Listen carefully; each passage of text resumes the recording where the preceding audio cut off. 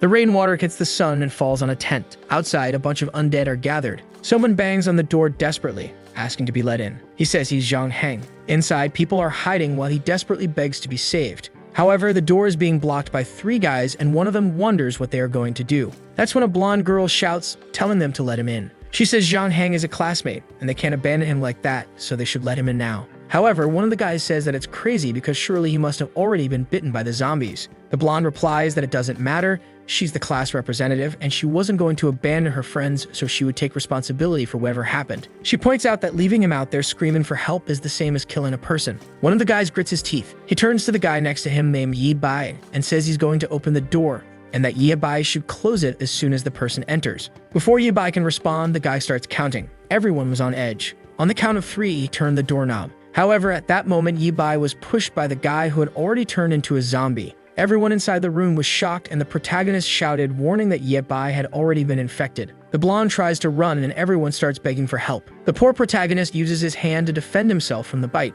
Naturally, he gets his arm bitten. At that moment, he starts writhing in pain and strangely begins receiving memories. That day, he lost his arm. The creatures invaded, and everyone tried to escape. Soon after, the entire city had been taken over by the end of the world. A hooded man asks if he's sure he knows what he's doing. Doctor watches him, and he knew he had only 2 things to do. With that, he pressed the door handle. The first was to save himself, and the second was to seek revenge. Now he was back in the present. At the moment before the door was opened, after living his entire life in an apocalypse without an arm, he was back to when it all started. Outside, Zhang is banging, asking to be let in. And the blonde once again says to open the door, saying that she was the representative and wasn't going to abandon her classmates. Yi Bai recognizes Ruoxi and wonders why she looks so young now. She asks if they are deaf and tells them to let Zhang in because if they don't, they'd be killing that guy. Yi Bai celebrates that everything he had planned had worked, and he came back to change the world. He then calls after the representative. He warns her that Zhang Heng, who's outside, might have been bitten by a zombie, so how was she going to deal with the consequences? She responds that since no one saw him being bitten, there was no way to know,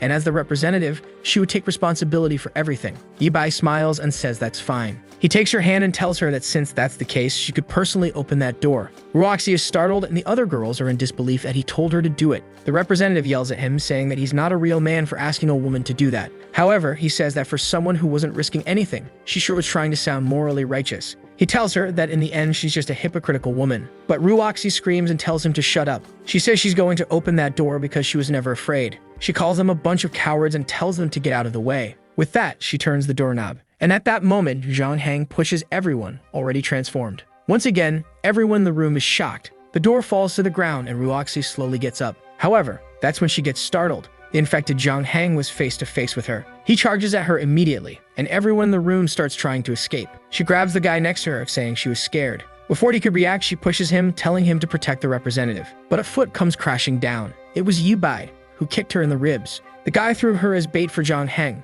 Our boy smiles while the zombie grabs her by the waist, and the monster goes straight for her ear. But at that moment, someone grabbed a screwdriver, and they blew the zombie's head apart. The poor girl was drenched, while our boy just had a sinister grin. However, she falls outside, embraced by the zombie. She turns to Yi Bai and begs to be saved, but he remembers how much he suffered in the past life because of this girl's persecution. He grabs the door off the floor and starts to close it while she asks him what he thinks he's doing. With that, he locks her outside. He turns to everyone and asks why they weren't closing that door. The scared and fearful group started saying they were going to block the door. They then piled all the furniture, boxes, and ladders in front of it. Outside, Ruoxi kept banging, asking what they were doing. While she pleaded for help, everyone was blocking the entrance. She kept struggling, saying she was the class representative and couldn't be treated like this. The other girls didn't have the courage to do anything. Meanwhile, the rest of the group continued blocking the room. Yi Bai stood there, watching everything. Time passed, and finally the rain stopped. The group commented that they could no longer hear Ruoxi's voice. Now, everyone in the room was afraid of Yi Bai for kicking the representative. As far as they remembered, he had been an extremely kind boy.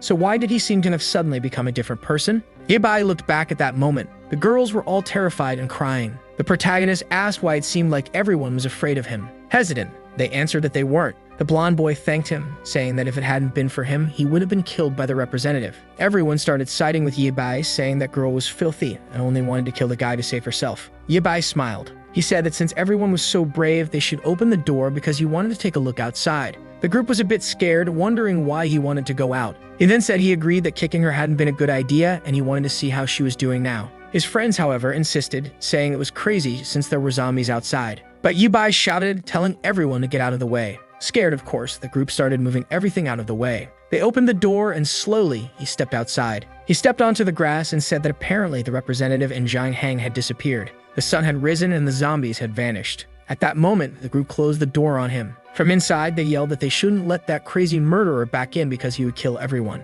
However, Yabai didn't seem to care at all. He continued walking across the field, while everyone wondered if he had lost his mind. That's when the blonde boy was startled. A female zombie was standing face to face with Yabai, and he was calmly walking toward her. The creature noticed him, but he calmly kept approaching. He smiled and gripped the tool. In the next moment, he rushed at her, and everyone was left wondering why he was charging at the zombie. The poor creature didn't even understand what was happening when she took a blow to the head. Boy, if he didn't stop, he smashed her right into the ground, and that was that. The group inside was now certain that guy had gone insane. However, our protagonist was pretty exhausted for someone who had just done all that. The boy went over to the creature's remains and pulled out a pearl. He smiled and said he had found an energy stone. That wasn't just the origin of the apocalypse, but also an extremely necessary material. At that moment, he heard a footstep behind him. He turned and faced an old zombie. The monster was coming at him slowly. Yabai grabbed the tool again, ran toward it, and everyone inside saw him finish off another one. The girl was nearly vomiting while the blonde boy wanted to know why he had gone so crazy. As far as he could remember, that kid had been a coward, so how had he changed so much? Everyone began thinking about how terrifying he was and believed he was pretending to be someone else. One of the boys said it was a good idea to let him back in since he was really strong and could help kill the zombies. But the others didn't want to support that because he was a lunatic and could end up killing everyone. Suddenly, the window shattered. Yabai asked if his classmates were still in there. He told them to come outside and kill zombies because it was a lot of fun. The poor souls were all trembling, and at that moment, they warned him something was behind him. A zombie had appeared and leaped at him. But Yabai just looked, stretched out his foot, and kicked it in the chest. Once again, he grabbed the tool and struck it in the jaw. As he finished off the creature, the group watched, terrified from behind. Another one fell dead to the ground. Our boy wiped his face while everyone else was too stunned to say anything. He noticed he was being washed and commented that he didn't know if this liquid was going to infect him. He said he wanted to travel with his friends, but it was too risky since he didn't want to hurt them. With that, he left, saying he hoped they would all survive. His friends wondered if he was really going to leave just like that. And with that, they were all left behind in that room. Our boy walked alone across the campus.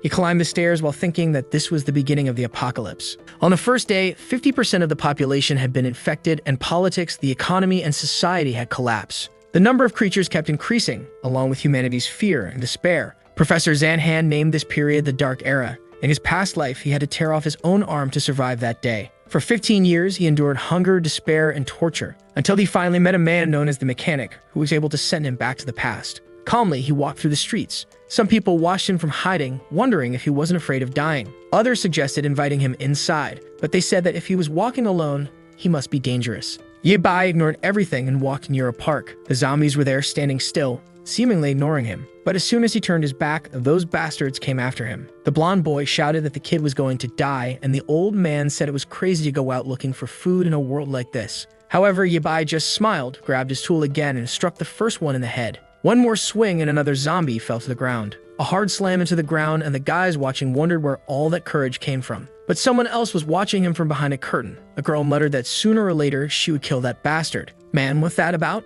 Our boy is killing zombies. Why are you mad at him, girl? After finishing off 3 creatures, our boy was exhausted. But then he heard something else, a flock of birds coming from behind. 3 more zombies were approaching. He quickly realized he couldn't handle all of them. The zombies slithered towards him and he ran off. He knew the previous noises had attracted a horde to that place. From inside another house, a spunk watched, saying that kid was running straight toward them. That's when Yabai noticed a convenience store next to him. He started banging on the door, asking to be let in. He looked at the camera and said he needed help because he was being chased by a horde of zombies. The old man on the other side said it was ridiculous, and no one would ever open the door for a kid like that. But suddenly, the gate began to rise. At the same moment, a zombie turned the corner. It leaped toward him and Yabai hit it in the head again. But an old woman was coming down the avenue, and he struck her in the face with the tool as well. He dove under the gate and rolled inside. The zombies started pounding on the door, but finally he was safe for a while. And man, what he found was a loaded base. From behind a computer desk, a little girl was watching him. Meanwhile, at the nightclub next door, Spank was watching and saying that it looked like that kid was killing everything. The guy with the mohawk turned and told Brother Centipede that a student had killed about 6 zombies on his own.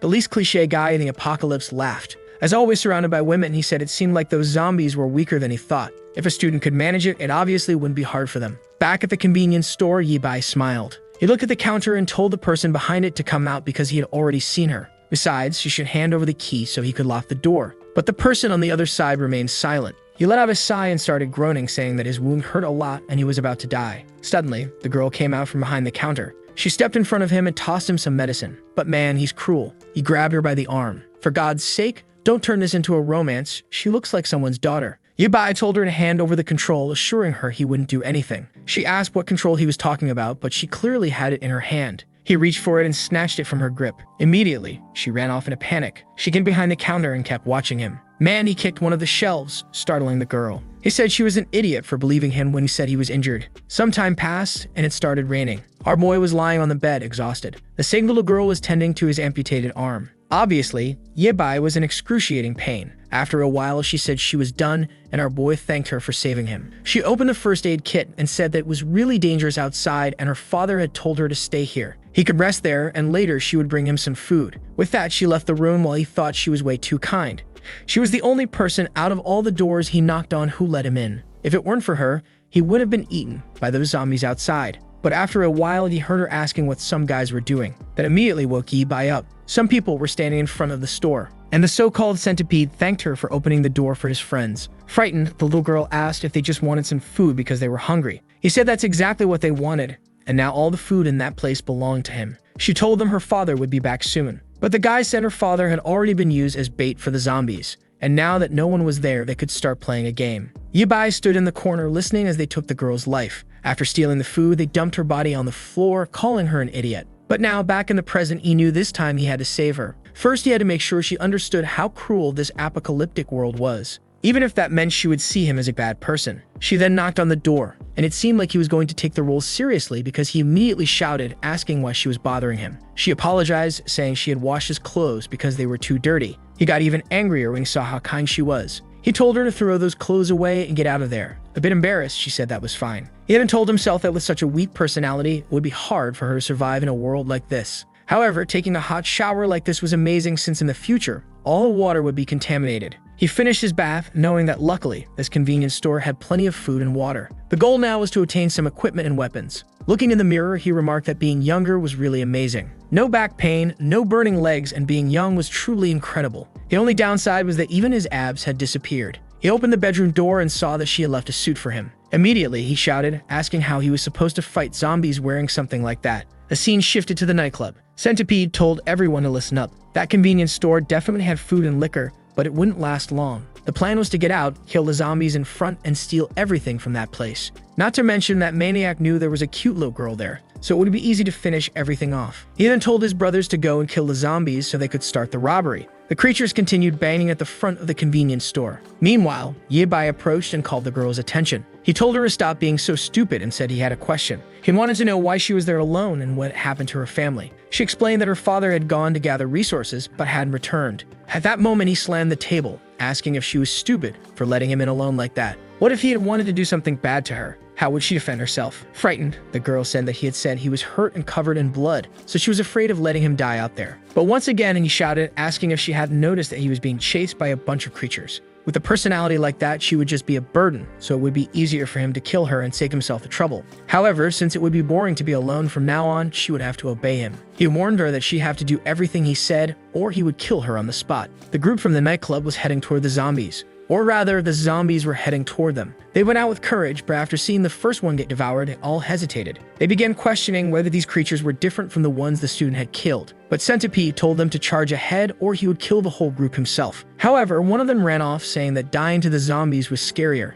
Centipede then grabbed him by the hair, threw him toward the zombies, and said his wish had been granted. The fool asked how he could do such a thing. While he was being devoured, the rest of the group was finishing off the creatures. The problem was that Centipede soon realized there were too many, and they would have to flee. The peace had been disturbed by the horde following them. Meanwhile, the convenience store had become peaceful. A little girl climbed the stairs and brought some ramen to our boy, saying she had made it for him. She also brought the hot water he had asked for, but he told her to get out of there because she had done enough. He warned her that unless he called for her, she better not come into that room. With that, she closed the door and he prepared the noodles. He started eating immediately because he was starving. As soon as he tasted it, he got excited and smiled, saying it was really good. However, our boy grabbed the bottle of hot water. He started approaching and Centipede asked what he was doing. Our guy took off the cap and poured it on him. Man, his hand turned red and blistered immediately. Centipede was in agony but couldn't let go of the hand or he would fall to the zombies. Yabai told him he was an idiot for asking for help while threatening to kill someone. But at that moment, someone tugged at his sleeve. When he looked back, it was the little girl telling him to stop. She warned him that it would be better to let that guy in and stop hurting him. That surprised both the protagonist and Yabai. He immediately turned to the girl and told her to get out of there because he hadn't called for her.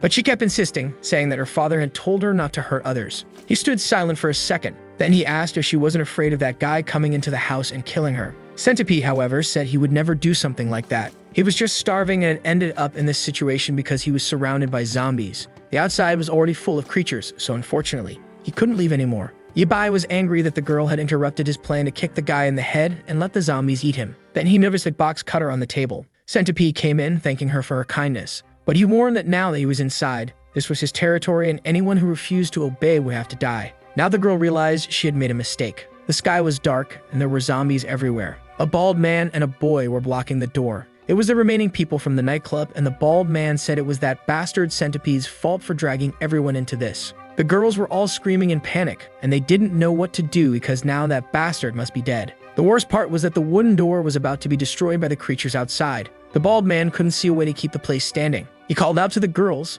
telling them to come help block the door. But as he looked at them, he thought to himself that he would have liked to enjoy them more, but unfortunately, that wasn't going to happen. The only way to survive was to run away and let them die. Back at the convenience store, Centipede stood in front of Yabai. Smiling, he told the girl that she was cute but too naive to think he wouldn't kill anyone. However, now that he was inside, he would give her the chance to surrender and become his slave. Then he looked to the side and said he had to deal with the bastard who poured hot water on his hand first. Out of revenge, he made sure the boy would suffer as much as possible. But Yabai stood silently, holding the box cutter in his hand. The little girl insisted, saying that her family owned that convenience store. She added that downstairs there was chocolate, plenty of snacks, and enough food for everyone there. The two stood in silence for a second. The girl smiled, saying everyone could eat together and live peacefully and happily. Centipede lost his temper, lunging at her, asking if she was making fun of him. But the box cutter came in. In half a second, Yabai slashed at the guy's hand. Centipede screamed in agony, but Yabai spun the box cutter, gripping it in a reverse hold. Centipede blocked his move. Our boy was aiming for his throat,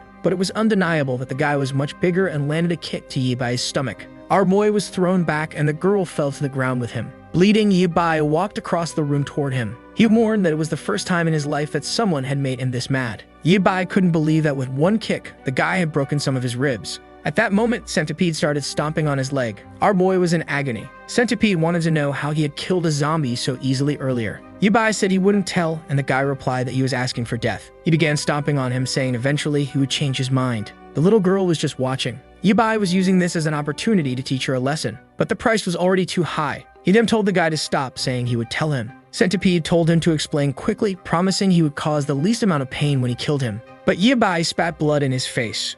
Of course, this didn't make the guy happy. He threw Yabai against the wall and kicked him in the stomach again. Centipede asked if he thought this was fun and started stomping on him again. Man, he told Yabai to die and hit him in the jaw. I think our boy's attempt to teach a lesson is going a bit too far. But that's when the shift finally came. The little girl whipped him across the neck. Centipede turned, asking what she thought she was doing. He shoved her hard, throwing her to the ground and grabbed the box cutter. He screamed in a rage, saying they were both going to die. But time was up, and Yabai landed a blow to the back of his neck with a stick. With that, Centipede passed out on the floor. Our boy was exhausted and could barely stand. The frightened little girl asked if he had died. Seeing the pool of strawberry juice, she wondered if she had really killed someone. Yabai then placed a hand on her shoulder. He told her it was okay because she had done what was necessary. Besides, that bastard was an evil man. Confused, she asked why he had acted that way when all she had done was try to help him. But that's when Yabai told her that bastard wasn't dead. She seemed excited and said that if that was the case, she should save him. But our boy threw her aside. He tossed her out of the room and said he had never met anyone as stupid as her. He slammed the door, muttering that this girl really made him mad. Not to mention that bastard had now dirtied his whole room. He grabbed Centipede by the leg and dragged his body toward the window. Then with a swift kick, he sent him flying to the zombies. Man, he fell to the ground like a piece of trash. And for the zombies, it was a feast and they all gathered. That's when the poor guy opened his eyes just in time to realize he had become a meal. Yabai muttered outside that Centipede was lucky he hadn't cut off his limbs first. That's when he heard another sound nearby. In the house directly in front of him, a guy was hanging, trying to escape the zombies. The kid was about to fall, trembling and shouting for them to leave him alone. Then someone called out to him. There was Yabai, asking if anyone else was still alive in that place. The guy said that unfortunately, he was the last one. They had held the door until one of the guys let go, and then the zombies came in and ate everyone. With a trembling voice, he begged Yabai to help him so he could stay in the convenience store. But our boy told him that wasn't going to happen, and if he didn't get out of there soon, he would end up like that guy on the ground. The boy looked down and saw a centipede being eaten. Disgusted, he turned, gathered his courage, and jumped to the next ledge.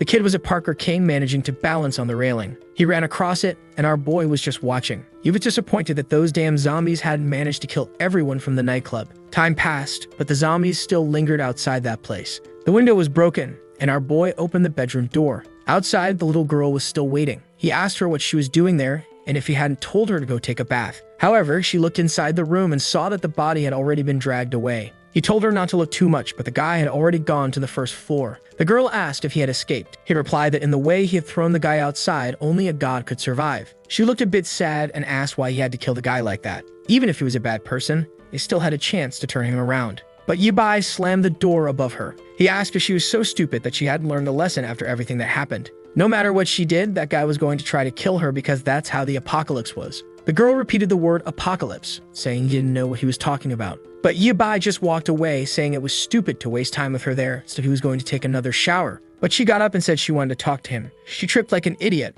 and seemed to faint. Luckily, Yabai managed to catch her. He ran to the room and put her on the bed, wondering if she had been bitten. He didn't see any wounds, so maybe it was just a fever. He remembered there should be some medicine in that room. Now it made sense why she seemed so weak from the moment he first met her. Finally, he found the box. But when he opened it, on top of the medicine was a pink notebook. He started flipping through it and realized it was a list of blood donors. Analyzing the girl's condition and what was written there, he started to understand. It seemed like the kind of medical notebook. He wondered what she had and kept flipping through it. Her name was Yo-Yor, and she was 14 years old. On top of that, she had leukemia. He lifted her shirt and began to understand why she had so many band-aids on her body. Perhaps because she had received donations, she always wanted to help people too. But unfortunately, that kindness she wanted to show to the world no longer existed. That's when he reached into his pocket and saw that he still had the apocalypse essences. He didn't know how effective they would be for this particular illness. But night was falling. Outside, the area was still full of creatures. Fortunately, the night was calm, and after some time, the sun began to rise. The zombies were all standing still, but for some reason, the sun caught their attention. Sometime later, Yabai woke up. He had fallen asleep on the table and was freezing. But he soon noticed he was being watched. When he looked back, he saw Yo-Yor standing behind the door. He found it strange that she was already up and asked if she was feeling better. She didn't answer for a second. Before she could say anything, he told her to go ahead and prepare some coffee. As she left, though, he told her to wait a second. He told her to gather some tools and food because they were going to head out to look for her father. Yo-Yor seemed a bit confused and asked if they were really going to do that. Yabai replied that yes, they were, especially since she said her father had gone out to get supplies, so they couldn't leave him out there. This annoying girl only complained, saying her father told her to be a good girl, stay in the store, and not go out looking for him. The protagonist then asked how long her father had been gone. She lowered her head and said at least 3 days. He then asked how long it usually took. She replied that it was normally half a day. He then told her to use her brain and ask herself why he hadn't come back yet. But she yelled, saying that nothing had happened, because 3 days ago he shouted that he was already on his way back. However, our boy was cruel and asked if she had received any other messages in the past 3 days.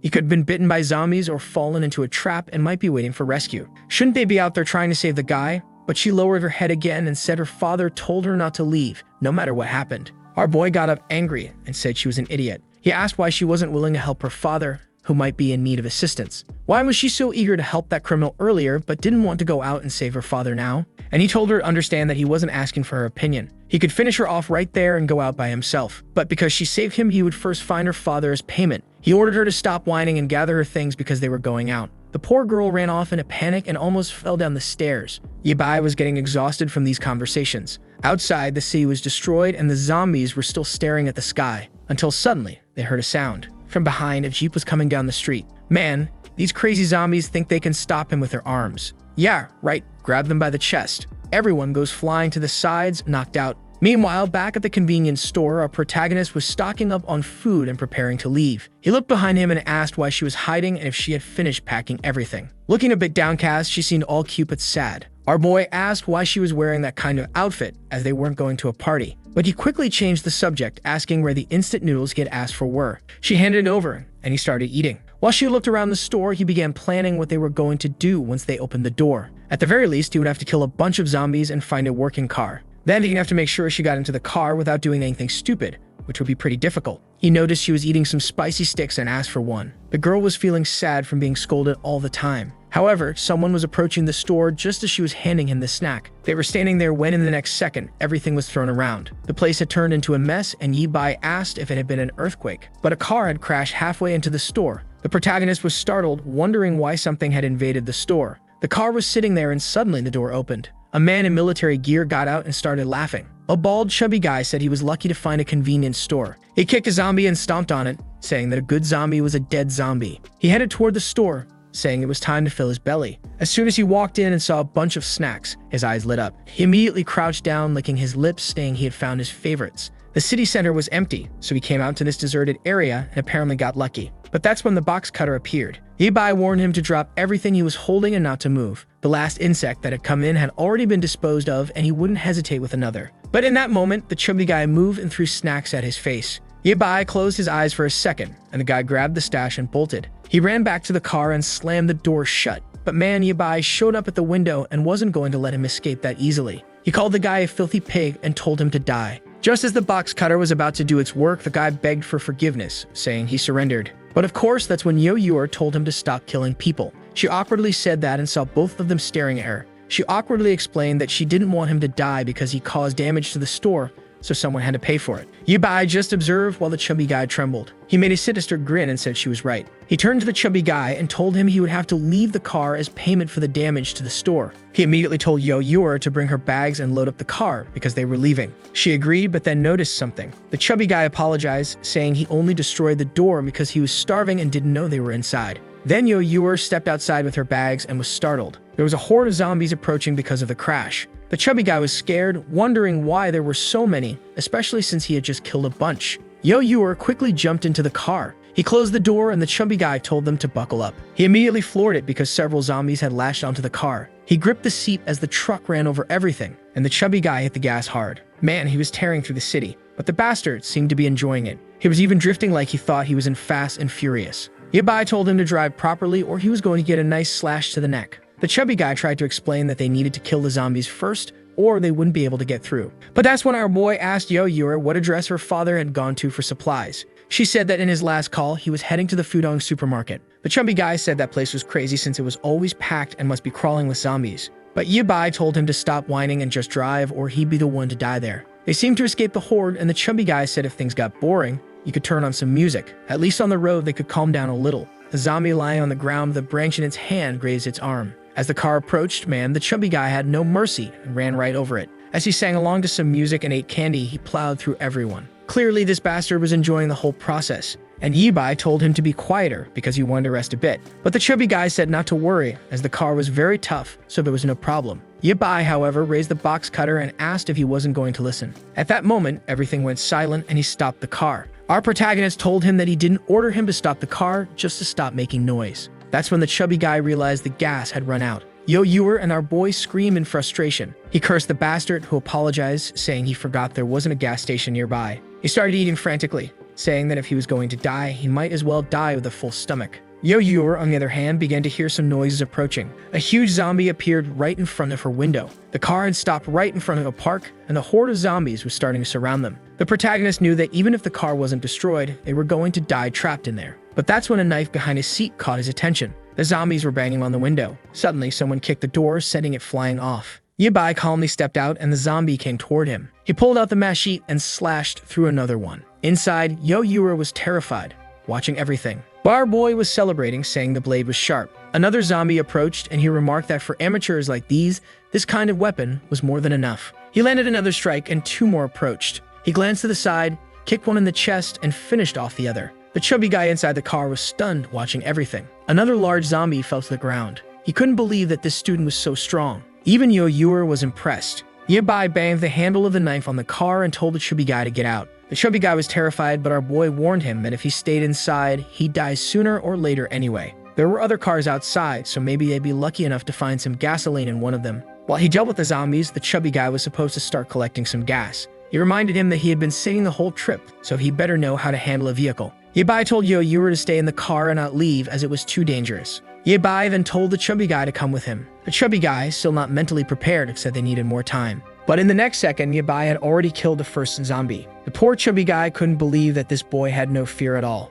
Yi-bai moved on, slashing through another one. He looked back and told the guy to hurry up. But then the chubby guy remembered that there were some gasoline canisters in the truck bed. He realized how useful Yibai was and wanted to make better use of him. Yibai killed another zombie. He looked back and asked what the guy had said. Embarrassed, the chubby guy said he had been in shock and forgot. But if they waited a little, he'd fill up the tank. Yibai told him to wait and do that later. The chubby guy was confused. Our boy said he needed help collecting something. He opened his hand, revealing a green pearl. He explained that they were found in the brains of zombies, and while he killed them, the chubby guy was supposed to collect them. The poor guy, who had never done anything like that before, started sweating. But Yibai said it was easy and showed him how to do it. He quickly demonstrated the process and asked if the chubby guy understood. Obviously, the guy said it was too disgusting and he'd rather stay in the vehicle. Yibai warned him that if he went back to the vehicle, he'd end up as ground meat. The chubby guy then asked how he was supposed to do it without a knife. Our boy told him to use his hands, saying he was going in, and if the guy didn't help, he'd be killed too. With that, Yibai took a step forward and finished off another zombie. The chubby guy, disgusted, approached the first zombie. He ran back to the jeep, grabbed a tool, and prayed for protection. The protagonist said they didn't have time to waste and told him to start collecting right away. But the chubby guy, hesitant, wondered if the zombie was still alive. He struck it and went to collect the pearl, impressed that it was actually easier than he thought. There really was a little crystal inside. He never imagined that the human head produced something like that. He then asked Yibai if those were worth a lot, but Yibai told him to shut up. The chubby guy began to think that maybe this was why humans had turned into zombies and wondered if he should keep a few. Meanwhile, Yibai was finishing off another batch. After a while, he said that was enough, and they wouldn't bother with the ones farther away. He thought to himself that getting used to this body without training was quite difficult. He turned and asked the chubby guy how many he had collected. The chubby guy was proud, saying he had gotten several. He said it was fun, and Yibai told him to clean them and store them. Then it was time to fill the tank so they could get moving. Yibai then went to check on Yahello. However, her illness seemed to have worsened again. He was startled and grabbed her arm, calling her name. He placed a hand on her forehead and realized the fever was worse than before. He began rummaging through her bag, remembering that they had grabbed some medicine and water. The chubby guy appeared and asked what was wrong with her, but Yibai told him to shut up and fill the gas tank. After some time, she seemed to have stabilized a bit. The chubby guy suggested that maybe it was because she had stayed in the heat of the car for too long and asked if she was feeling better. Yibai, not in the mood for chit-chat, threatened him again. He said they had lost time because the chubby guy pretended they had no gas, and if he hit anything else, the next person to die would be him. The chubby guy immediately apologized, saying he would never hide anything again. Yahello seemed to wake up and the car continued down the road. After a while, the chubby guy complimented our boy's swordsmanship and asked what his name was. Our protagonist replied that it was polite to give your own name before asking someone else's. The chubby guy said his name was Zhao Hang, and he owned a workshop in the city. His friend had left this truck at the shop for repairs and never came back to pick it up because of the apocalypse. Then our boy said his name was Yibai. But suddenly, Zhao Hang slammed on the brakes, and our boy had to hold on as he drifted on the road. The protagonist immediately threatened him, asking why he did that. Zhao Hang explained that the entire road ahead was blocked by burning vehicles. The problem was that Yahello was still trembling. At least now she had stood up. When she looked out the window, Yibai said it didn't seem like they would be able to get to the side where her father was. Yahello just watched silently, with nothing much to say. The chubby guy mentioned that there was another route, but it would take much longer, and he asked if they were still going to do it. Yibai replied yes, but first, they would need new weapons and equipment. He asked Zhao Hang if he knew where they could find an electrician or a weapons store. Zhao Hang thought for a second and said he knew. He told them to relax, he would take them there now. He had a friend from his hometown who was a very experienced blacksmith. This talk about a blacksmith caught Yibai's attention. Zhao Hang said there was a good chance the guy was still alive, and even if he wasn't, there would likely be plenty of items at his house. The mashi he was holding had been made personally by this guy. Yibai thought it would be perfect to have lots of resources to craft a decent weapon. Zhao Hang then began telling stories about the times he and his friend had spent together. But Yahello told him to be quiet, as our boy had fallen asleep for a bit. They crossed the bridge into another part of the city. Zhao Hang got out of the car and said, "Finally, the airplanes have arrived." Many years had passed, but that place still looked the same. Our boy asked if that place wasn't a dump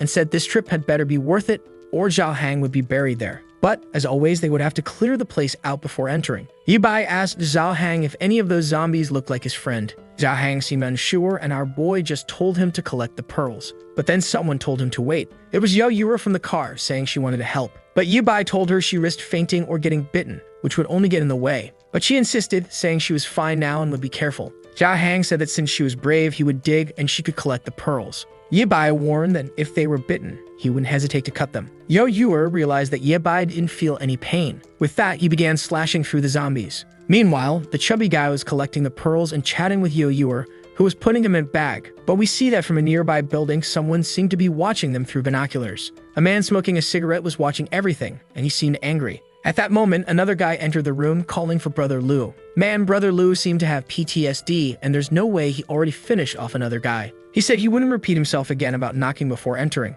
Another guy outside was trembling. Lu asked the rookie what they had come to tell him. Trembling, the guy said they had seen some people invading the blacksmith's shop next door. Lu said he had already seen that a long time ago, so why were they bothering him with it now? The guy explained that one of the 3 people who had arrived was killing all the zombies alone and seemed very strong. Lu just kept thinking. He then turned to his servant, who was obviously there, right guys? She brought him some instant noodles. He tossed the pack to the boy, telling him to eat it and give him the rest of the details later. The boy shouted his thanks, saying Brother Lu was amazing. With that, Lu stroked the poor girl who clearly wasn't happy to be there. She was so hungry that she fell to her knees, poor thing. Lu told the rookie to get the chubby guy out of there, and to gather everyone and deal with the people downstairs. Whoever finished them off would get a reward. Back with Yi Bai and the group, they had finished killing everything and just needed to collect one more pearl. He told the chubby guy to check around the house while he took a look inside. He kicked open the door and found a fully equipped blacksmith's shop. As he slowly walked inside, he examined each item. He saw the anvil, and the most interesting part was that the forge was still lit,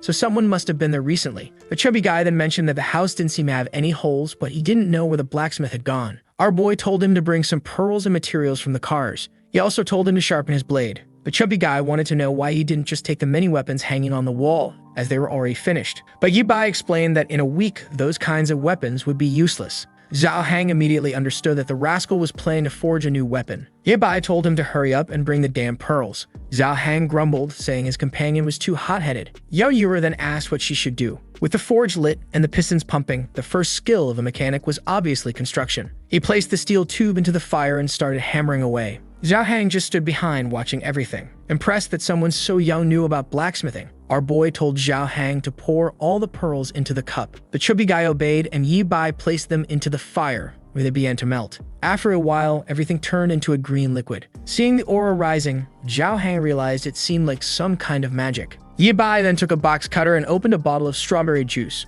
pouring it into the melted pearls, which started to mix together. He then took the liquid and poured it over the blade, which began to fuse. Zhao Hang stood there, just watching everything. Our boy resumed hammering. As he hammered inside, the sounds could be heard outside, and of course, this attracted Brother Lu's group. The guy from earlier was scared to death, but the guy with the strong jawline was eager to gain a lot of resources by killing these weaklings. Another guy with long hair said the biggest reward would be spending time with someone named Hee-won. However, the guy in the polo shirt said there must be a reason Brother Lu wanted them to kill this guy. The best plan was to wait until nightfall when their guard would be down, and then they could launch their attack. Back in the house, Yi Bai was busy with his crafting work. Man, the kid was really creating some futuristic mechanical stuff. Zhao Hang was starting to think our boy might be some kind of engineer from the best university in the country. Yi Bai would finish a piece and go back to forge another one. From the water, he pulled out the first completed piece. The chubby guy looked at it and said the electric pattern was really cool. Yi Bai just smiled and said that all the materials were ready. Now it was time to show the true power of a mechanic.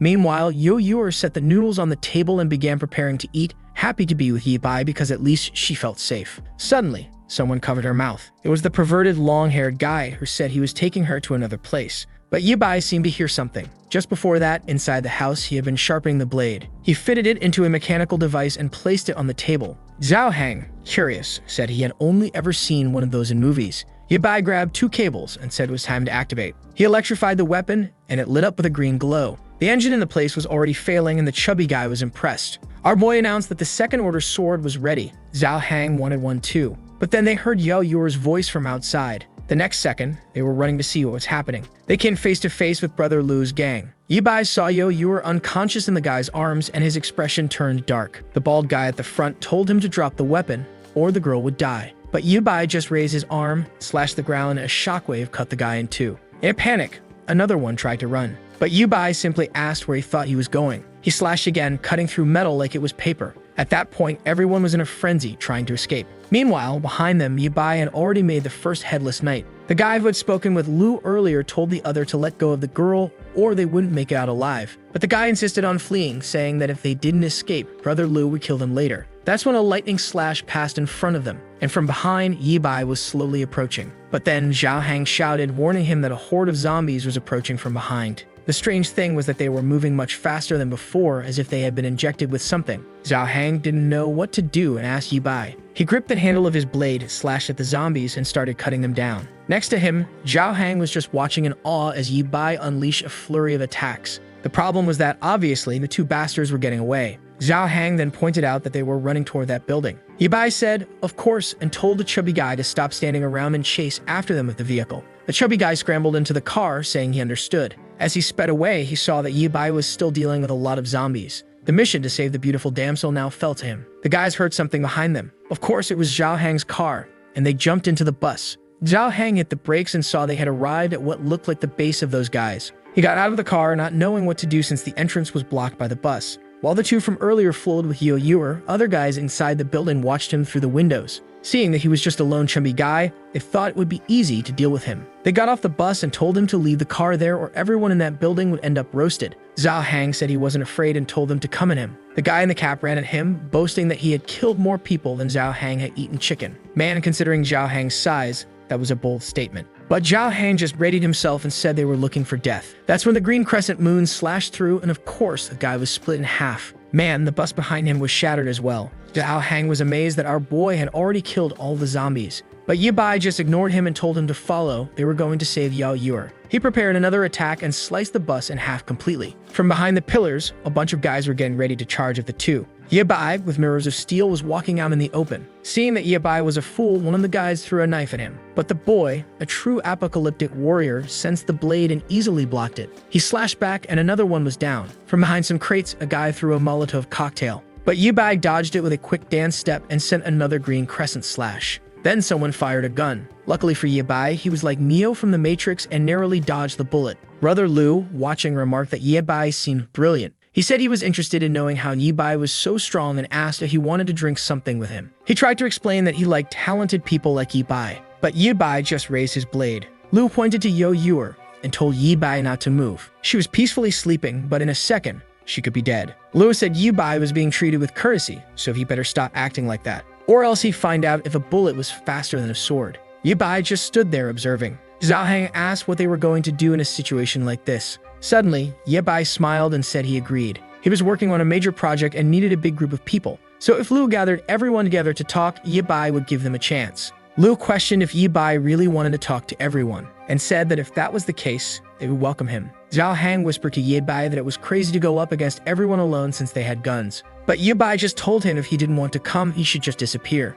The chubby guy was trembling but said that if Yibai was leaving alone, he'd rather go too. He really was leaving and didn't regret it at all. Yibai thought to himself that the bastard was really annoying. Then the lackeys came and seemed to escort him somewhere else. A while later, he found himself in a room face to face with Brother Lu's entire group. Lu welcomed him and said they had all the healthy people within a 15-kilometer radius here, and he was the leader known as Lu Shang. He then asked the protagonist's name and what kind of help he needed. Our boy introduced himself as Yibai. He said he remembered Lu Xiang and asked if he knew how this disaster started. Lu was confused, wondering how Yibai knew him and how he knew how all this began. Yibai complimented Lu on realizing the disaster was coming and stockpiling so many supplies. He also mentioned that Lu's current plan was probably to establish the Nether Dragon Association. Lu Shang was even more confused. He said he had only shared that name with a handful of people, so how did Yibai know all of this? But our boy showed him the pearl and said he knew Lu was more interested in that. Lu Shang, tired of this, told Yibai to spill everything he knew.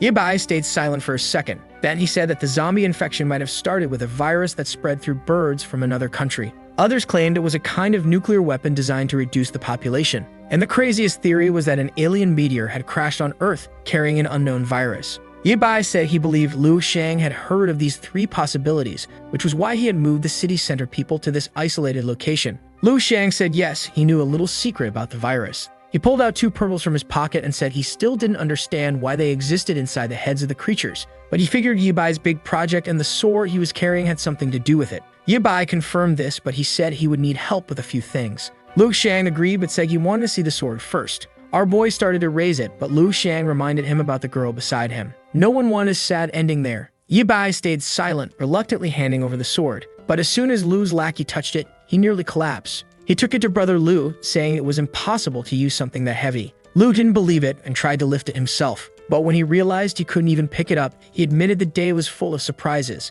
He then told Yibai to start his show and explain what he wanted. Our boy explained that in this apocalypse, as soon as someone started getting infected, a pearl began to form in their brain. At first it was a dark pearl, but the longer it stayed inside the zombie's head, the more energy it accumulated. The energy inside the pearls could adapt well to the human body and could also be used to make powerful weapons. Lu was intrigued by the idea that the pearls could adapt to the body. He asked if it was possible to consume them to keep getting stronger. Yibai said it was possible, and most people ended up becoming zombies. Lu wanted to know what happened to those who didn't become zombies. Yibai just told everyone to watch. He would show them once. The first step was activation. He connected the two power cables, creating a green energy. It spread throughout the room, and the generators caught fire. With that, a blackout occurred. Lu immediately asked what was going on. But in the same moment, Yibai grabbed the sword. He lunged toward Lu and slashed at him, but the blade missed its mark. He countered with a quick shot, but Yibai dodged it. Yibai tightened his grip on the blade and made a clean cut through the guy. The trembling man admitted he had been careless. Armoy simply said that the damn Nether Dragon gang would die here today. In the future, they would become famous for the weapons they would create and the slavery system they would establish. But before any of that could happen, he was going to annihilate everyone. Another slash and more bodies were left in pieces. The entire floor was destroyed. Yibai felt relieved that Yahello was still asleep. He gently stroked her, thinking that although the apocalypse was cruel, he didn't want her to witness such scenes. But suddenly, someone appeared at the door. Yibai turned and saw, of course, the coward Zhao Hang, who had run off earlier. He came in with a flashlight, amazed that Yibai had wiped out everyone. Yibai simply confirmed it. He picked up a weapon from the ground and said he had successfully completed the objective. Zhao Hang asked if they had come all this way just for the weapon and not for Yuer. Yibai explained that in this new world, weapons had gone through many changes and were extremely dangerous. Now Zhao Hang was curious about what Yibai planned to transform it into. He praised Yibai's plan to have him toss some pearls into the generator, saying it was very clever. But then they heard a bottle hit the ground. They looked to the side and saw a girl collapse on the floor. In a panic, she begged them not to kill her. Zhao Hang, ever the fool, asked why there was a beautiful damsel in distress here. The girl explained that she had been captured by Lu Xiang and had been living there like a slave, suffering every day, with no relation to his gang. Yibai then asked if she knew where Lu Xiang had hidden the rest of his resources. She said she did and offered to take them there. On the way, Zhao Hang asked where she was from, and she replied she was from the eastern city. In the middle of their conversation, they stopped in front of an elevator, and she said the storage room was unfortunately on the 6th floor. Yibai told Zhao Hang to hide with Yuer while he went with the girl to check out the storage room. Meanwhile, in the wreckage of the battle, the guy from earlier was calling for help. He was shocked when he saw Brother Lu's body sliced in half. Slowly, he tried to stand up and noticed a pearl in front of him. He remembered Yibai calling it the black metal energy and Lu Xiang saying that eating it might make someone a god. Desperate and with no other options, he swallowed it immediately. His pupils contracted and veins bulged all over his body as he began to writhe in agony. Thunder struck outside as Yuer woke up in the room. She asked Zhao Hang where they were, and he told her to calm down.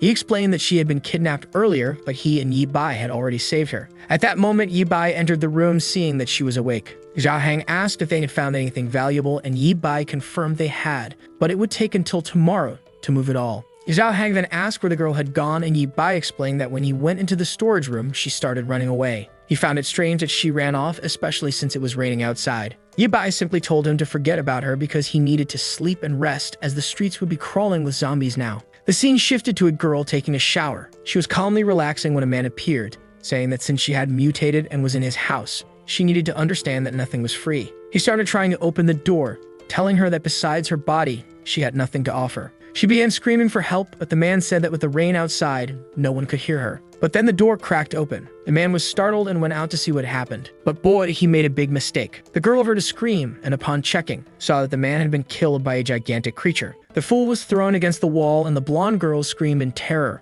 The creature stood still, staring at her. It began to reach out its arm, and in her desperation, she begged it not to come any closer. The monster paused for a second. It saw itself in the mirror and collapsed to the ground, saying it wasn't a monster. It began asking why it had transformed like this. The creature pounded the floor, saying it didn't want to stay like that. The blonde, confused, asked who he was. He explained that he had been shot but had consumed a zombie pearl and his body had started to mutate. The blonde was perplexed by this talk of humans transforming by eating the black metal from pearls. The guy said that someone named Yibai had explained this to him, saying he had taken the pearl from a monster's head. The blonde seemed to recognize the name and ran toward him, asking if he had really mentioned Yibai. The crazy girl suddenly got braved, demanding to know where Yibai was. The monster said that Yibai had arrived in the southern city recently and had killed everyone in a building. It turns out this blonde was the same one from the beginning, and she said she wanted to kill Yibai. But the monster told her it was impossible to kill him because he was incredibly strong. The blonde said she was in this state because of that bastard. The two were enemies. She stood there for a moment thinking and asked if he wasn't strong since he had killed that guy in a second. The monster explained that he felt strong but couldn't control his power well.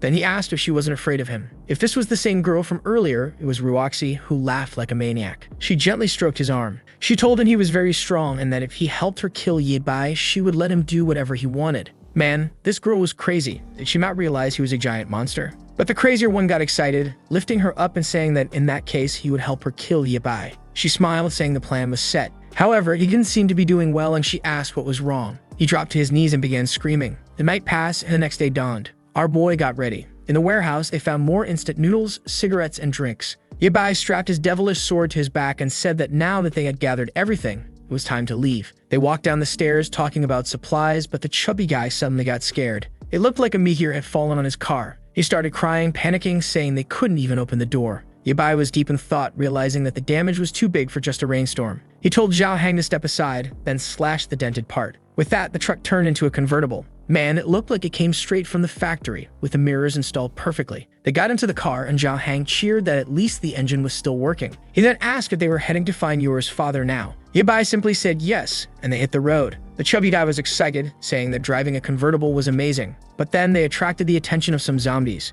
Looking to the side, they saw a girl and a group of students running from a horde. Those were Yibai's former classmates, and he was surprised they were still alive. The group was running desperately, begging for help. The zombies were closing in, and of course, one clumsy girl tripped and fell. The creatures were about to reach her when a green crescent slash cut through everything. The students were shocked. They were even more startled when they saw Yibai approaching. He smiled, saying he had found his classmates again. They started thanking him, saying they thought they were going to die. The blonde guy remarked on how powerful Yibai had become and asked where he had found such strength. Yibai ignored the question and asked where they were heading now. The blonde explained that after they fled the school, they heard about setting up a camp on an island, but many had been eaten by zombies along the way. One of them saw the car and immediately asked for a ride. Another came up saying she was starving and asking if he had anything to share. Yo Yura was just watching, seeing how messed up the students were. Zhao Hang commented that they were probably eyeing his car. At that moment, Yibai told everyone to shut up. He warned them that the car didn't have much gas left, so there was no way they could take them far, and besides, they'd have to do him a favor before asking for one. The ex-classmates, excited, said they'd do whatever he asked. Yibai smiled. He called over Zhang and told him to explain the rules this time. Zhang, thrilled, was now in charge of the others. Our boy headed toward the zombies, saying he would clear them out and they should take care of the cleanup. The students were confused, but Zhang started explaining the process. He handed over the tools and began extracting the pearls. He smiled at everyone, saying it was easy. But one of the girls fainted. Yo Yur, unfazed, reassured everyone that the heads were soft, so it was easy to remove the pearls. The group was terrified, wondering what this kid had gone through to be so calm. Zhang then distributed the tools to everyone, warning them not to get bitten. But the blonde guy was now curious, wondering why the green dancer wanted those pearls. Yibai kept killing while they collected. 2 hours later, they had filled the entire sack. Yibai then told them to hand out some food, but Zhao Heng got angry, upset that Yibai was giving away food without asking him first. The students were pleading, but man, the chubby guy wasn't willing to give even a small piece. Right at that moment, a creature stepped on the car's metal frame. The transformed monster from earlier had fully mutated. Yibai realized that this was an ability user who had mutated. He immediately turned and told everyone to run. But man, he almost got slashed in the arm. He dodged back and unleashed another green crescent. But the monster was a smart human too to manage to dodge. Then, out of nowhere, someone started clapping. That damn low-cut queen had finally found our boy. Yibai was furious when he saw Ruoxi. The students were confused, wondering why their class representative was there. Ruoxi said she had survived in every way possible, just so she could one day watch Yibai die. She immediately ordered the creature to kill him. Yibai couldn't understand why the creature was siding with the low-cut queen. The monster came at him, leaving him no choice but to fight. Yo Yura called out to him and suddenly, a fireball hit between the two. On the roof was another creature, a flaming, long-haired zombie. And suddenly, the scene shifted to a ship in the middle of the sea. A guy was smoking a cigar, saying it was peaceful there because zombies couldn't fly. They were planning to live there peacefully, gradually collecting resources from other boats. Or not really, because one of the boats just exploded. The fools were terrified, and here came the flame-haired zombie. The two screamed, but it was too late.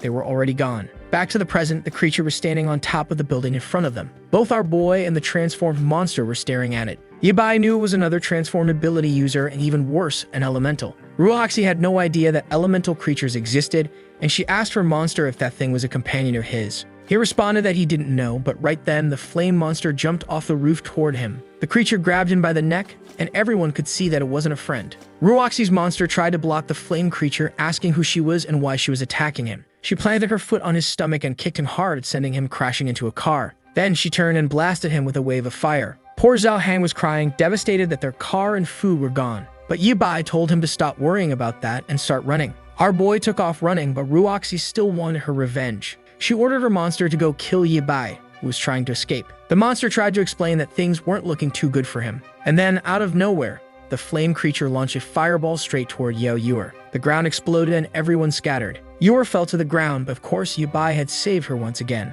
Now with a wall of flames between them, Yi Bai told everyone to stop staring and start running for cover. Zhao Hang asked where they were supposed to go. Yi Bai looked around and saw the entrance to a garage across the way. He started running, telling everyone to follow him. Meanwhile, Ruoxi's monster was face to face with the flame creature. He tried to reason with her, saying they shouldn't fight, and asked if she had also eaten the black metal energy to end up in that form. The flame creature muttered the words "black pearl," but then she suddenly had a headache, fell to the ground, and said she didn't want to eat it. She explained that she had been tied to a bed and forced to consume it by a bunch of lunatics. She wanted to kill them all, and whoever kills gets the ashes. Ruoxi's monster said he had been forced to eat it too, could understand how she felt. But Ruoxi wasn't interested in this conversation and told them to hurry up because Yi Bai was escaping. She crossed her arms and sarcastically asked how they were going to get their revenge if they let him go. The monster reassured her, saying he could still smell Yi Bai's scent. The flame creature asked who this person was that they were so desperate to find. The black monster explained that Yi Bai was someone who knew about the pearls.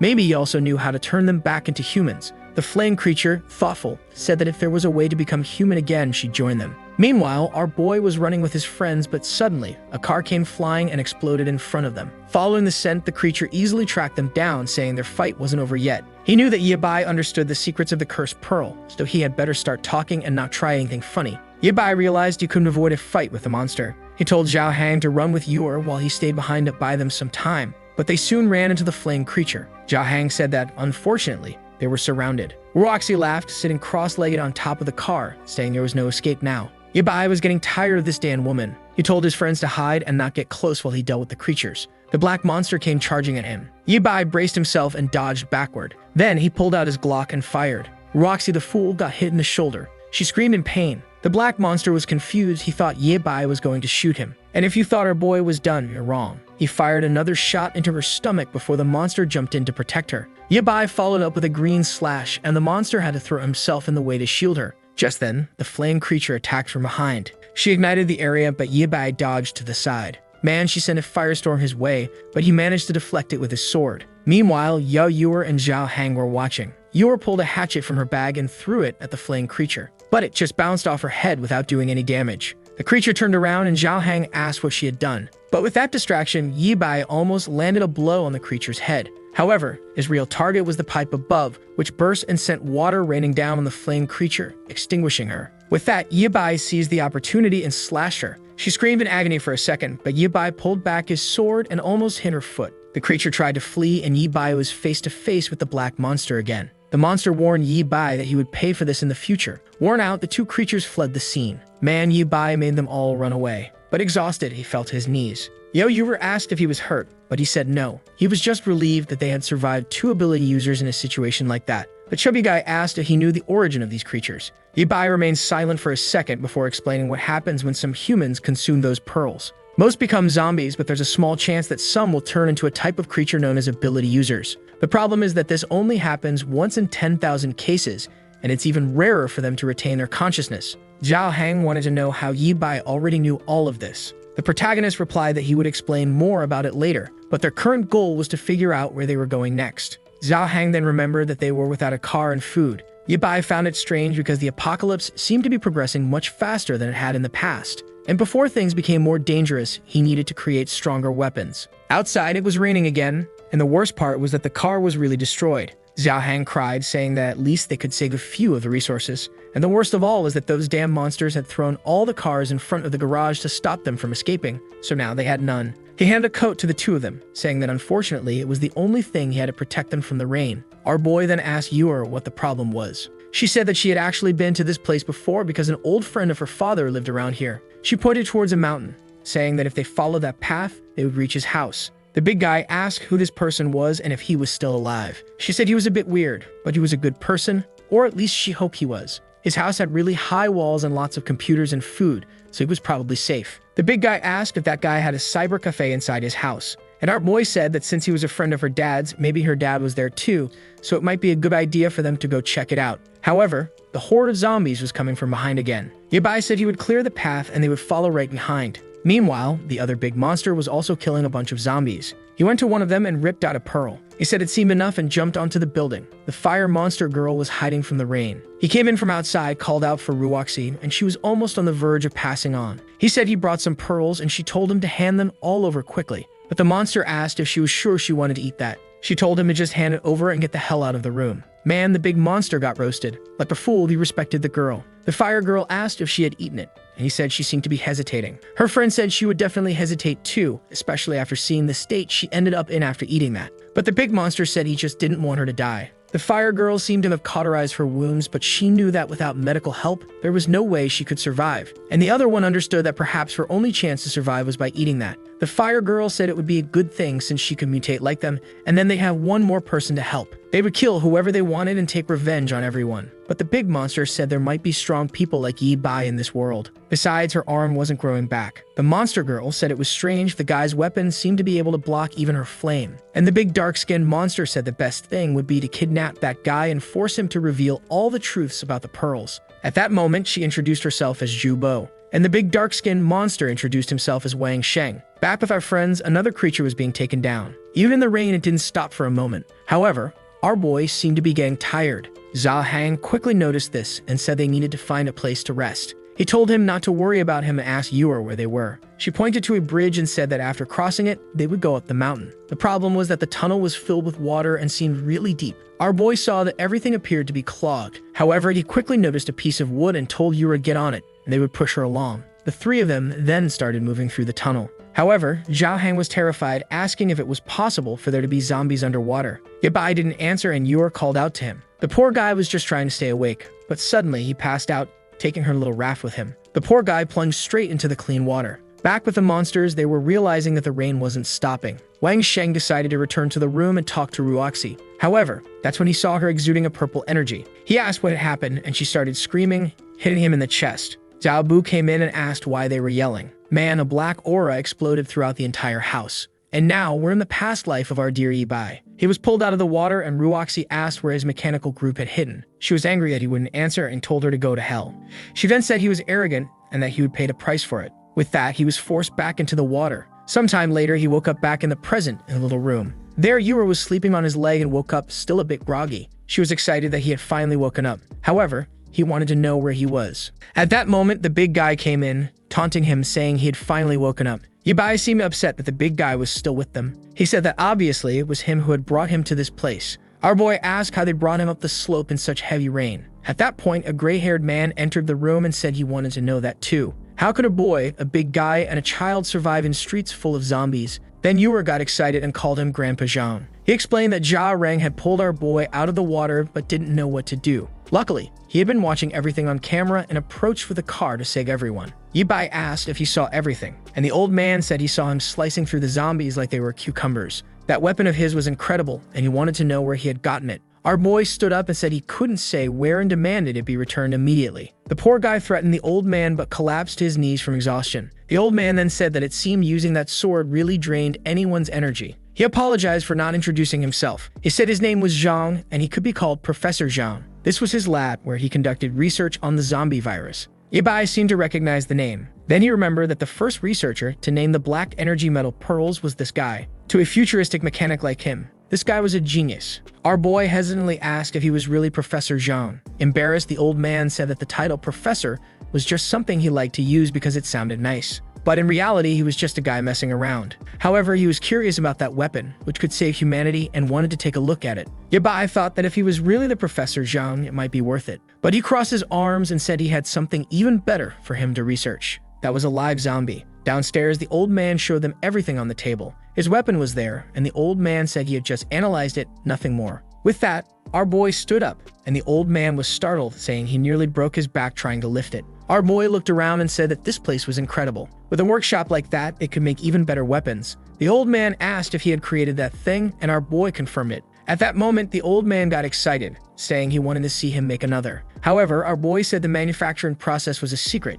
The old man complained, saying that was bullying. Our boy just said that if he gave them some good food for a few days, he'd think about it. And on the old man's monitor, he had already seen information about the two of them a long time ago. Man, there isn't a single day of rest in this apocalyptic world. I even feel sorry for these zombies who are stuck with wet feet all the time. From inside the base, Yor was watching the cameras. Jen came in with a coffee, saying he was glad she was there. She said she was trying to do everything she could to help, and Zhang congratulated her for keeping an eye out for more survivors. However, he warned that unfortunately there was still no news of her father. She said that her father and Professor Zhang were good people, so she was sure he was okay. The old man then approached and asked if those two who came with her were really good people. That student didn't seem normal, knowing so much about this kind of technology at such a young age. Not to mention, he had a look in his eyes that he had seen in killers before. And the big guy seemed normal, but he believed he was hiding some secrets. At that moment, the big guy appeared and told the old man to stop bad-mouthing him to others. In his view, the old man was the weird one for living alone in such a huge place,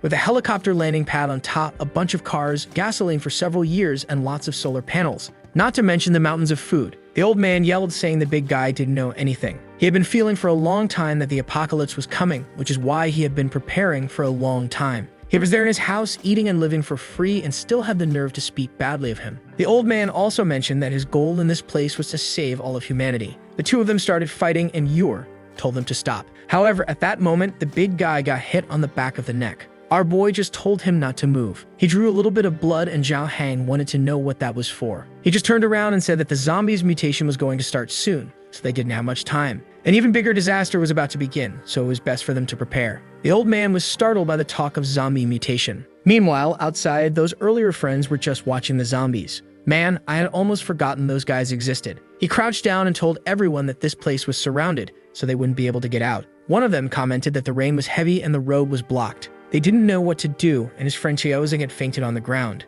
The blonde guy said he unfortunately didn't know where Yibai had gone. There was no food in this building, so they were all going to die there. However, the blonde said there was still one way. He pulled out some pearls and showed them to everyone. The others remembered that this was what they had taken from the heads. The blonde said that out of curiosity, he had kept some of them in secret, and he recalled that the creatures that attacked them had said they consumed these. One of the friends asked if he was seriously thinking about eating that pill, and then one of them interrupted and asked what that was, pointing to the side. From the top of another building, purple smoke was rising. The blonde wondered why there was a tornado in that place. Meanwhile, back at Zhang's house, our post-apocalyptic mechanic was deep in his production. Zhao Hang commented that he had been there for a few days and had no idea why he was so focused. Zhang quickly said that he was probably creating equipment to fight against the zombies, and maybe several of them would turn out like that black-spined creature and the other one of fire. Zhao Hang said that if that happened, everyone there would die. After all, they didn't seem to have any weapons in that place. The old man explained that he only wanted to create a shelter, not a war zone. Why would he need weapons? But suddenly Yor came running and called for them. She said she saw her father on one of the cameras. The three of them immediately rushed out, and he asked where she had seen him. She sat down at the computer and said she saw him at the east entrance. She even saved the video and told him to take a look. On one of the cameras, you could see her father covered in zombie entrails blending in with the crowd. The old man said that from his movements, it didn't seem like he had turned into a zombie. Meanwhile, her father took advantage of the situation and ran away in disguise. The big guy said it was amazing how her father had managed to survive like that. And the old man realized that if the zombies weren't attacking him because of the smell, maybe it was something worth researching. Then Yor asked what they were going to do, and Zhang seemed to hesitate. He explained that the weather was really bad right now, and Yibai didn't seem to want to leave. Zhao Hang told her to ask Yibai personally, because maybe he had created something incredible. But the scene cut to him saying no. He still hadn't finished, so there was no point in her trying to rush him, and he told her not to bother him beyond the times they brought food. The big guy said he was already exaggerating and should at least try to comfort her a little. Our boy then asked why the big guy didn't go rescue her father himself. He was a bit confused by that. But then he saw that our boy had apparently made him a gun and a blade. Yibai explained that he had put his blood on them so he could use them. The big guy hesitated but managed to lift them much more easily than before. Yibai explained that these weapons with crystals could read his thoughts. However, just like how he controlled those light blades, he should be careful or he could run out of energy. Zhao Hang got excited, saying he had written everything down. Then he asked about the gun he had picked up, and our boy confirmed it. He explained that to fire it, you first had to wait for the gun to generate energy. The bullets were strong, but you had to aim carefully because you couldn't fire too many times. Zhao Hang got excited, saying this thing looked like a laser cannon. He ran out, saying he couldn't wait to test all of it. He ran out of the base into the rain, aimed upward, and shot a laser into the sky. He immediately started shouting that it was incredible. He prepared the blade, made a cut, saying that now he had the same power as Yibai. The old man was furious at the big guy for experimenting with everything, and Zhao Hang was thrilled, saying he was now invincible. He put on his boots and raincoat, saying that regardless of what zombie came, he could take them down. He looked at the camera and told Yue not to worry, that he would bring her father back in one piece. She was a bit worried and asked if he could really do that. The old man said that for now, they could only watch to see how long he'd stay so confident. He was wearing a headset, getting directions, and the old man explained that he had to go through the east. Unfortunately, that was the path toward the mountain, where there were no cameras, so he had to be careful. Zhao Hang told the old man to shut up, saying he could handle it. He follows the path and soon gets excited when he sees a bunch of zombies coming his way. The creatures advance and he smiles, saying it's time to test his friend's gift. He unleashes the famous green crescent slash, cutting everyone in half. He starts shouting that he's too strong now and afraid of no one. However, that's when he notices something on the side. Another person had seen that strange purple tornado. He finishes off a few more zombies and asks if the people in the room had seen it too. The rain seemed to be getting even worse and a purple tornado was forming on the eastern side. The old man said the camera couldn't see it, but the detectors were showing wind speeds close to level 6. It was very dangerous to stay outside, so he should return to the house quickly. Zhao Hang apologized to Yue and said that unfortunately, he couldn't win against the power of the gods.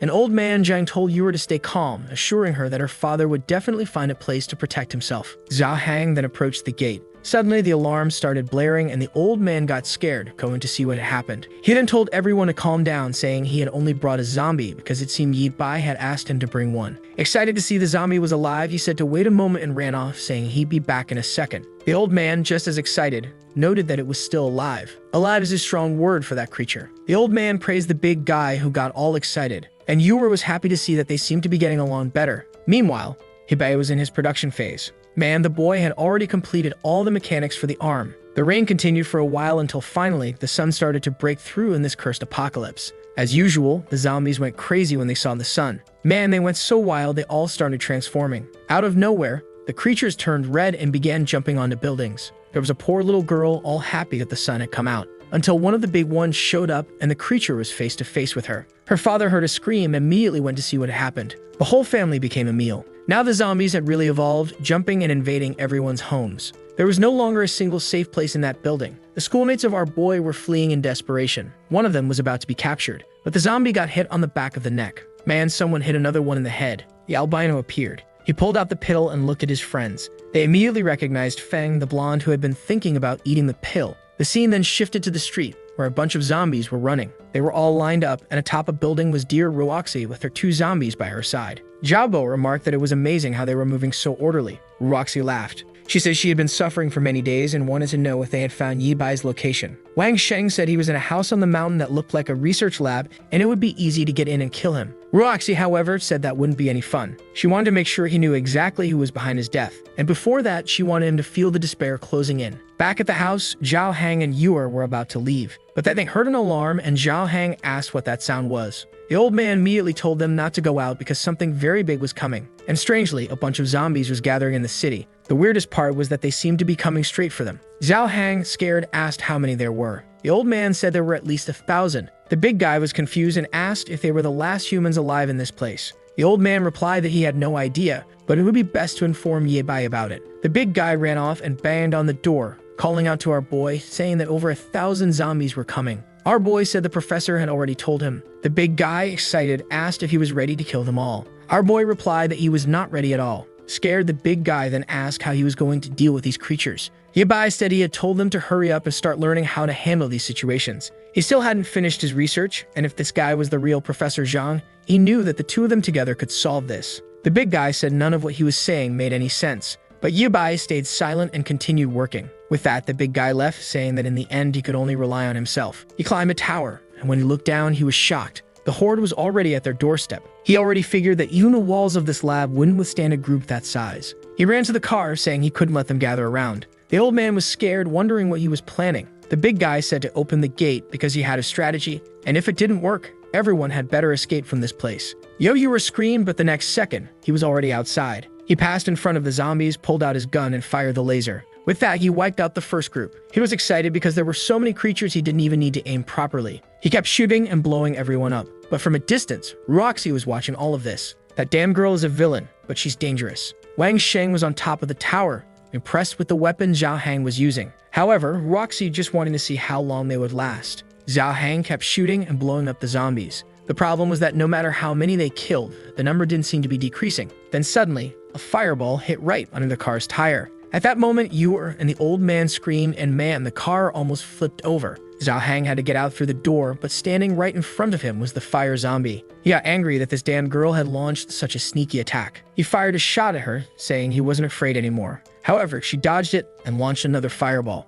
Zhao Hang dodged too, pulling off a mid-air matrix move and fired a bullet. The creature fled and he called her a coward, telling her to come back. The problem was that now he was surrounded by zombies. He fired a few more shots and Grandpa Zhang told him to return immediately because it was impossible for him to make it out alive. Zhao Hang started running, realizing he had fallen into a trap. But here came Wang Sheng. From above, there was no way for Zhao Hang to escape. But man, this big guy was fast, dodging again. He fell to the ground on his side and almost landed a shot. He pulled out the blade and nearly landed a slash as well. Impressive, he was fighting face-to-face with Wang Sheng. Wang Sheng wondered how this big guy seemed more agile than Ye Bai. He extended his weapon and told Zhao Hang to die, but the creature ran off. Man, this bald big guy made everyone flee. Meanwhile, Ruoxi was watching from atop the tower. Here she comes, up to no good. At that moment, the zombies that had been standing still started running toward him. Zhao Hang was confused as to why they suddenly moved so differently, but he still had the sword Ye Bai had created and unleashed the green crescent slash. The problem was that they were coming so fast he couldn't kill them in time, and he started trying to flee. What's this?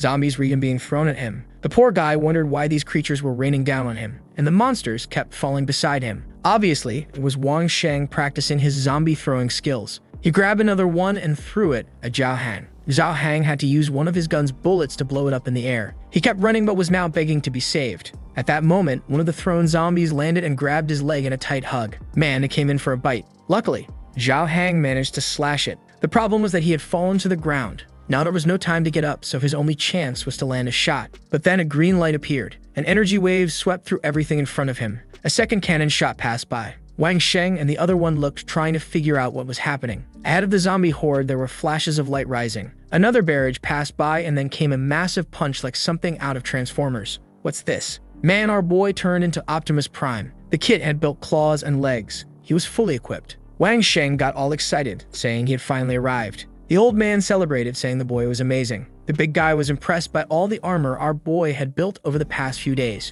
But Ye Bai told him to focus because the enemy was nearby. He ordered him to go back and kill the zombies on the right side. Meanwhile, he would handle the ones on the left until the main creatures showed up. Wang Sheng said that with him here, he was confident they could win this. Immediately, he went back to blasting the creatures. Ye Bai looked around and even activated a booster on his robot. The kid took off flying, activated his giant Optimus Prime hand, and smashed everything. Man, this kid had become insanely strong. The big guy was impressed, saying he had gotten just a bit too strong. At least after killing so many zombies, they were sure they'd have plenty of pearls to produce more weapons. Excited, he went back to finishing off more zombies. That damn Ruoxi was still watching from afar. Wang Sheng, scared, said that with this new power, there was no way they could get close. She got angry, saying the damn boy thought he was safe just because of that armor. Obviously, she wasn't going to let that slide. Another punch smashed into the zombies, crushing more of them. A laser fired forward as the old man watched on the screen. He was impressed, saying that the boy's exoskeleton was something that shouldn't even exist in this era. He couldn't even imagine how he had used all those scraps of metal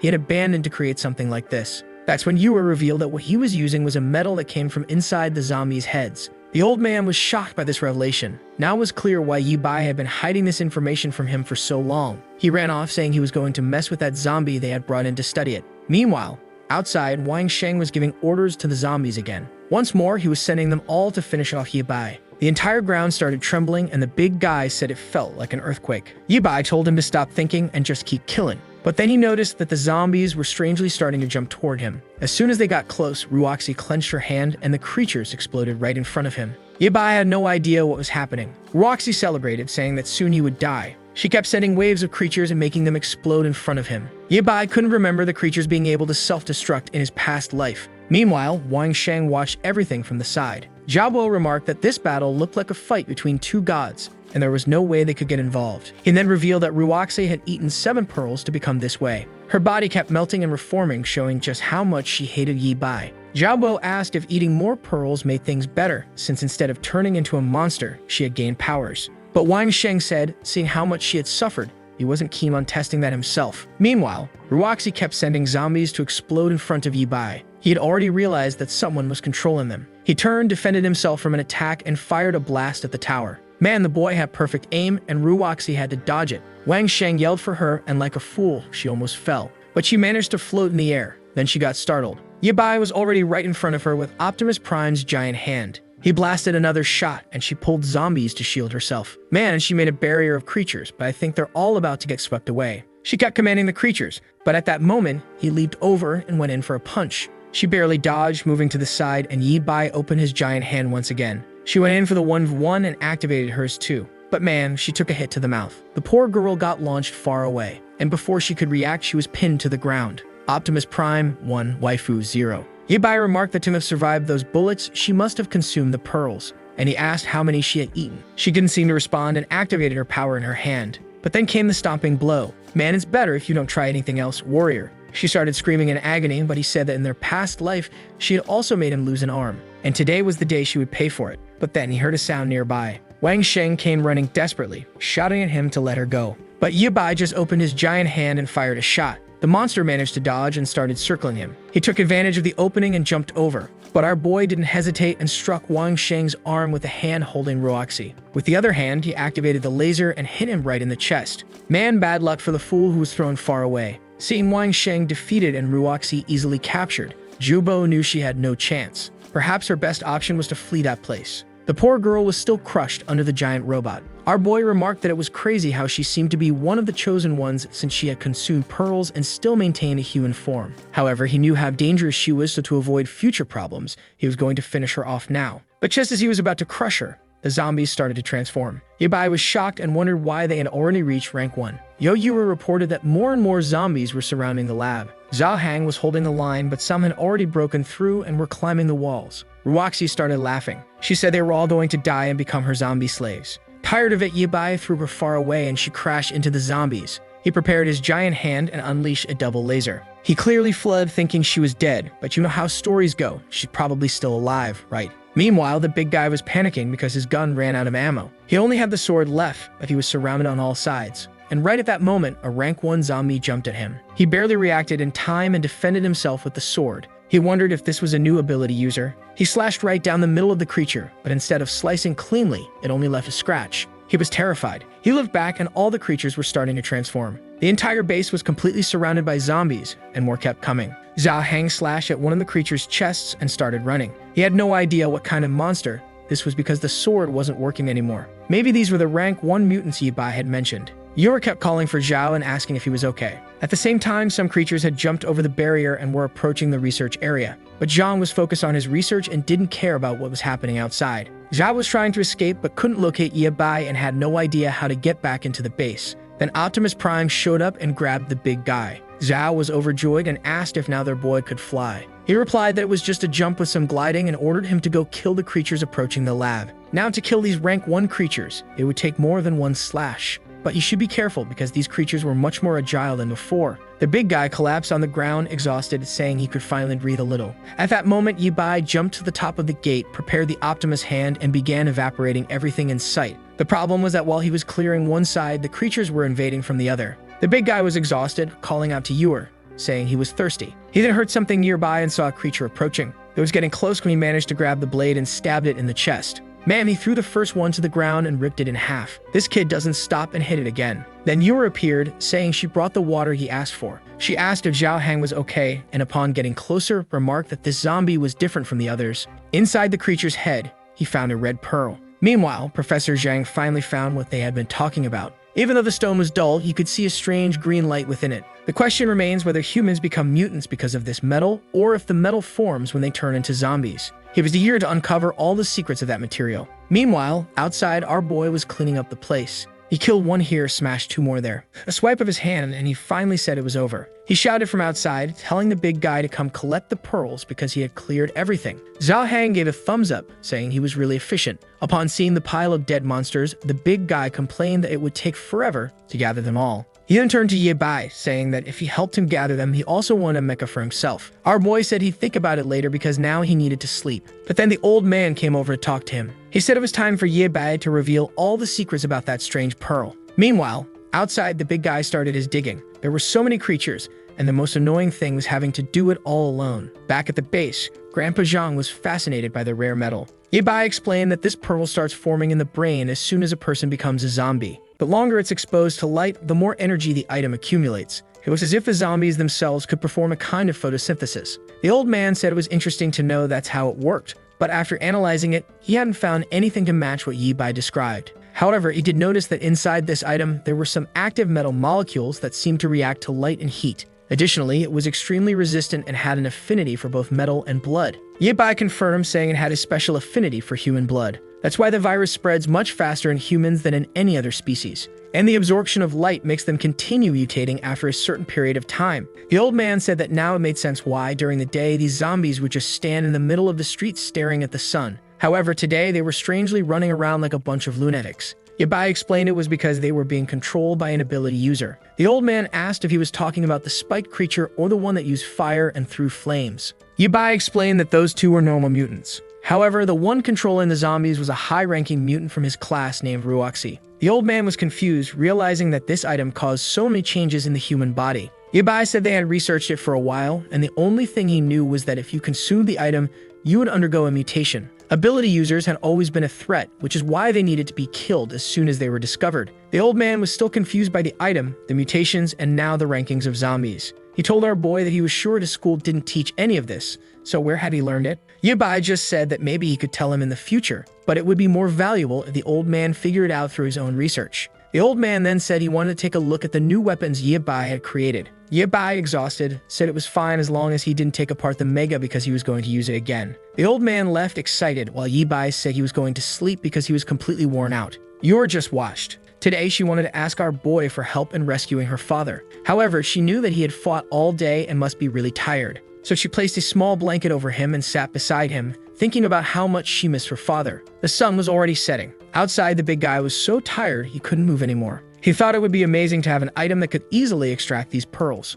What he didn't see was that a creature was watching him. It was Jubo, thinking that everything was over since thousands of zombies had been killed in one day. She believed that Wang Sheng and Ruoxi had been killed, so she was wondering whether she should surrender. The problem was, she knew she would be killed without hesitation because she was a monster. The bigger issue was that these new rank 2 zombies seemed to be attacking even creatures like her. She used up the last of her energy to create flames and burn those monsters. But if more creatures like that appeared or more started mutating, things wouldn't be easy for her. The only solution she saw was to eat more pearls and try to get stronger. But suddenly, she stopped and saw the albino on top of a tree. That Dandoff Fang was just staring at her. She was about to speak, but he stretched out his hand and jumped in another direction. He ran off, and it seemed like she might have followed him. Meanwhile, back at the base, Yura was asleep. The big guy was lying next to her, exhausted after collecting everything. Yura woke up in the middle of the night and noticed that Yabai had already gotten up. As always, our apocalyptic mechanic was back in the workshop. With his blowtorch in hand, he was at it again. The sun rose, and we were back at that convenience store from the beginning.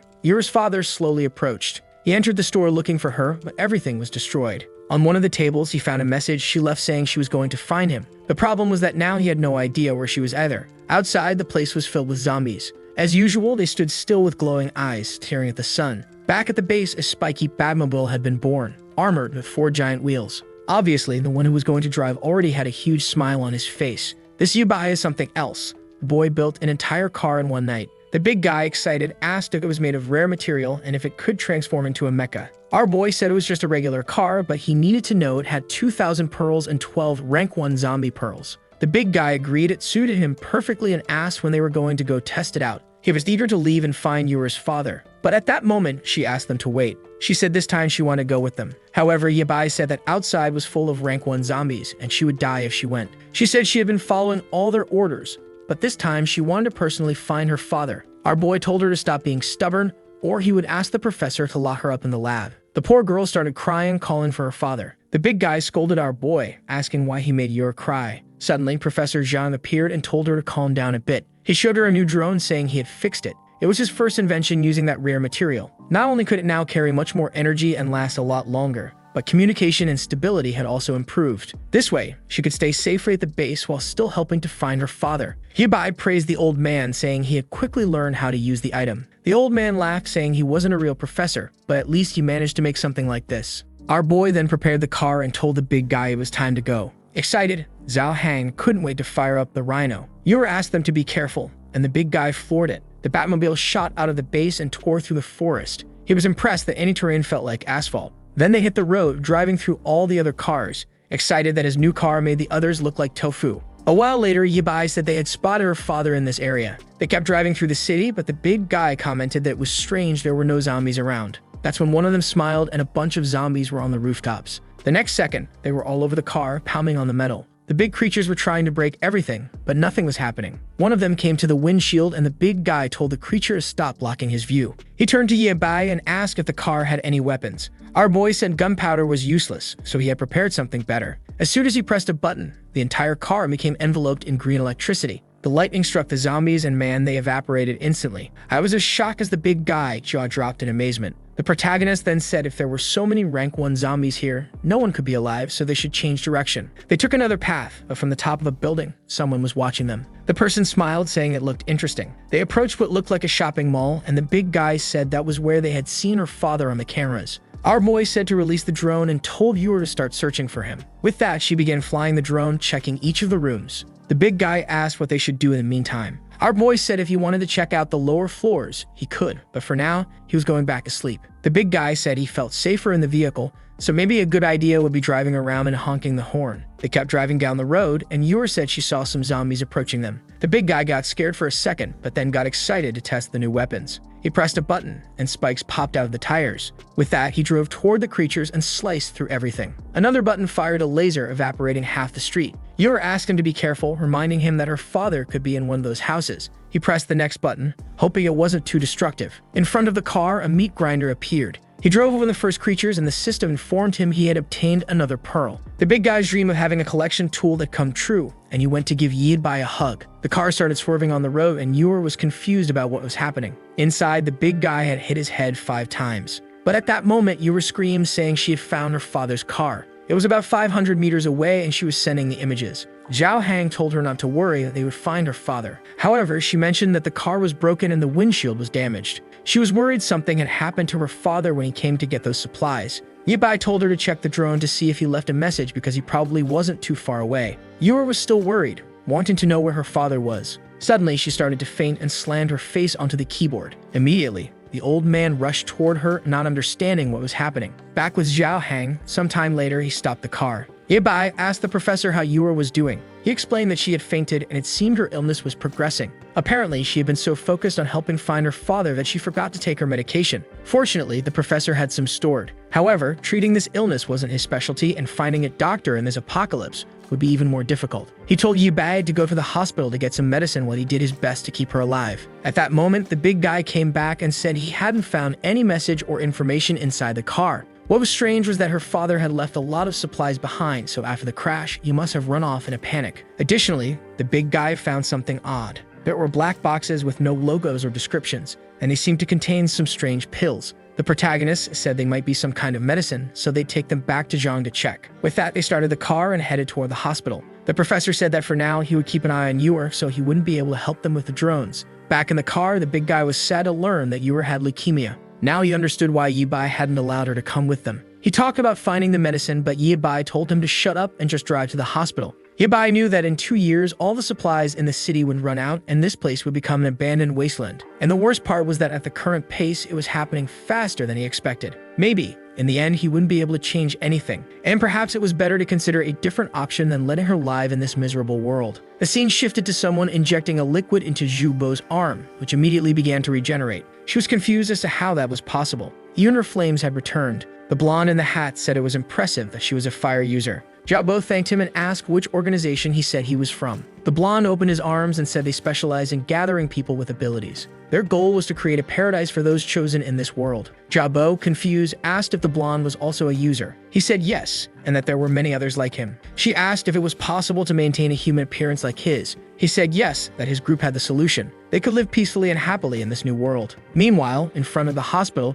the big guy was standing at the door. In front of him, he saw graffiti saying that this was private territory and to stay out. He told our boy that the place was occupied by people, so what were they going to do? Yabai simply replied in Optimus Prime mode that since it was a strategic position, it was expected that this would happen. But he ignored everything and smashed his way in. The big guy thought it was strange how quiet the place was. He kept seeing messages telling them to turn back or they'd die. But Yabai just told them to search different areas and communicate through the headphones. As they walked, the big guy said this was the second place he hated most in the world. He hated the smell of disinfectant but started sniffing the air. Obviously, in this apocalypse, no one was using disinfectant, right? But the strangest thing was that he smelled a sweet fruit. Suddenly, he began to faint and collapse to the floor. Yabai immediately called out, asking what had happened. He wasn't responding, and our boy found it suspicious. Then something started coming out of the ceiling. Yabai smelled it and immediately suspected it was some kind of poison. But Optimus Prime was equipped and he put on the mask. He activated his giant hand and blasted the duct. He warned the big guy that the place was a trap and told him to get out, but someone appeared next to him. Man, our boy didn't hesitate and went in for a punch at the doctor. But strangely, he stopped just before hitting her. She touched the robot and said his mecha was really cool. She then remarked that it must have been created using zombie pearls and that she wanted to meet the person who made it. Yabai wasn't sure if she was an ability user and simply asked who she was. The girl introduced herself as Tang Tang and said she was a sweet genius doctor. Yabai, however, asked why the poison and whether she had consumed any of the pearls. She said she released the poison to anesthetize the invaders but was curious about this pearl-eating thing. Yabai told her to forget about that and asked if she was the only one there. She said she was the only princess of that castle and asked if the demon king was trying to capture her. Yabai, exhausted from this, asked if she wasn't afraid of death. The crazy girl said death was as charming as candy to her, and if she died for what she loved most, she'd have no regrets. Our boy wondered if she was insane. He then asked what she meant by being a genius and what she was specialized in. She said she was a doctor specializing in viruses. Now our boy was interested. He immediately wanted to know what she had discovered about the pearls and if she used them to make those poisons. However, she didn't want to be asked so many questions and told him he was being annoying. She said he kept asking but never answered anything. So if he wanted to know something, he'd have to tell her who created that mecha. Our boy hesitated for a second. Then he said they had a research institute and that if she wanted, he could take her there. The girl got all excited. However, she warned that she had one more request and he would have to agree to it. The scene shifted to a desert where a car was parked in the middle of the road. Zhang called out for someone named Hakan and asked where she was. The girl responded saying she hated people who broke promises and asked if someone named Xiao Kai had arrived. The guy on the motorcycle, who must have been Xiao Qi, said that after this mission, they would go back and get married. Someone told them to stop flirting in the middle of a mission. A truck started approaching. The three of them, excited, said that just like Xiao had said, they would follow the plan. The truck passed in front of the car and they waited for the signal. However, the big guy asked Xiao Qi where the hell the signal was. Poor Hakan had been hit by the truck. Meanwhile, Xiao Qi was trying to escape, saying that things were getting weird. Another car pulled up behind the big guys. That's when he realized their plan had been exposed to someone. The big guy woke up, and all of that had been a dream because he had passed out from the girl's poison. He saw the doctor in front of him with a smug look on her face, and Yabai asked if he'd slept enough. He was a bit confused, and the crazy girl was giggling. She informed him that he had been hit with a special poison she created that put people to sleep for 3 hours straight. And the interesting part was that if she hadn't administered the cure, his body would have turned into a pool of blood. Yabai just told them to stop chatting and start loading all those items into the vehicle. Tang Tang politely asked Zhao Hang for help, but he wasn't too eager. Then she changed her expression and told him he'd better listen or he'd end up in one of those jars. The poor guy quickly grabbed the jars and got moving. She thanked him, saying they were true gentlemen. Meanwhile, Yabai wanted to know who she really was. He remembered the sweet poison from his past life. One of the main ways to fight zombies in the future was with this kind of terrifying gas. If this girl was one of the first to create such an item, it would be worth having her on the team and helping her develop it. At the very least, he couldn't let someone like her fall into the hands of another gang. A while later, everything was loaded. The car held way more than it seemed. She said it was very cute and that it looked like it had also been made using pearls.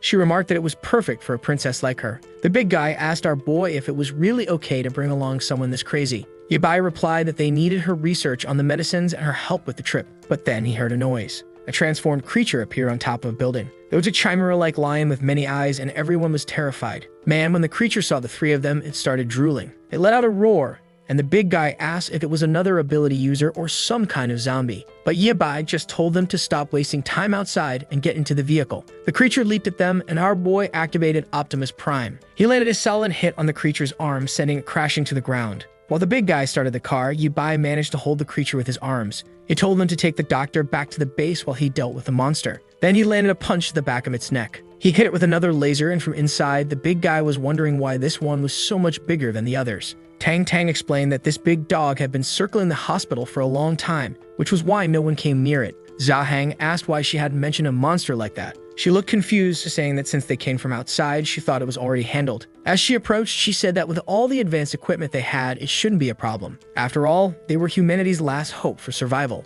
The big guy told her to stop joking, but she insisted she wasn't lying. She had researched the zombie virus, and the people who hadn't transformed were definitely the chosen ones. Outside, Yabai kept fighting the creature, landing another punch. Once again, the timing of things compared to his past life didn't make sense. These mutants weren't natural animals that evolved just because of the zombie virus. They were a mix of the virus and a lot of advanced engineering, something that shouldn't exist at this time. The creature shot a beam, and he barely dodged it. He smiled, saying he was finally starting to understand what was happening. He fired another shot with the Optimus Prime, hitting the creature in the neck, but the shot deflected and hit the building. Yabai realized that the creature was still able to reflect his attacks. The beast charged at him and swiped its claws, but he dodged to the side. It grabbed one of the bosses and started wrapping around it. With that, Yabai told her to stop being so disobedient and tore 2 pieces from her back. The monstrous creature collapsed to the ground, exhausted. She fired another beam, but Yabai easily blocked it with his hand. He said that her movements were now useless, and it was his turn. He launched himself at her with the robot, charging forward. With one strike, he hit her square on the head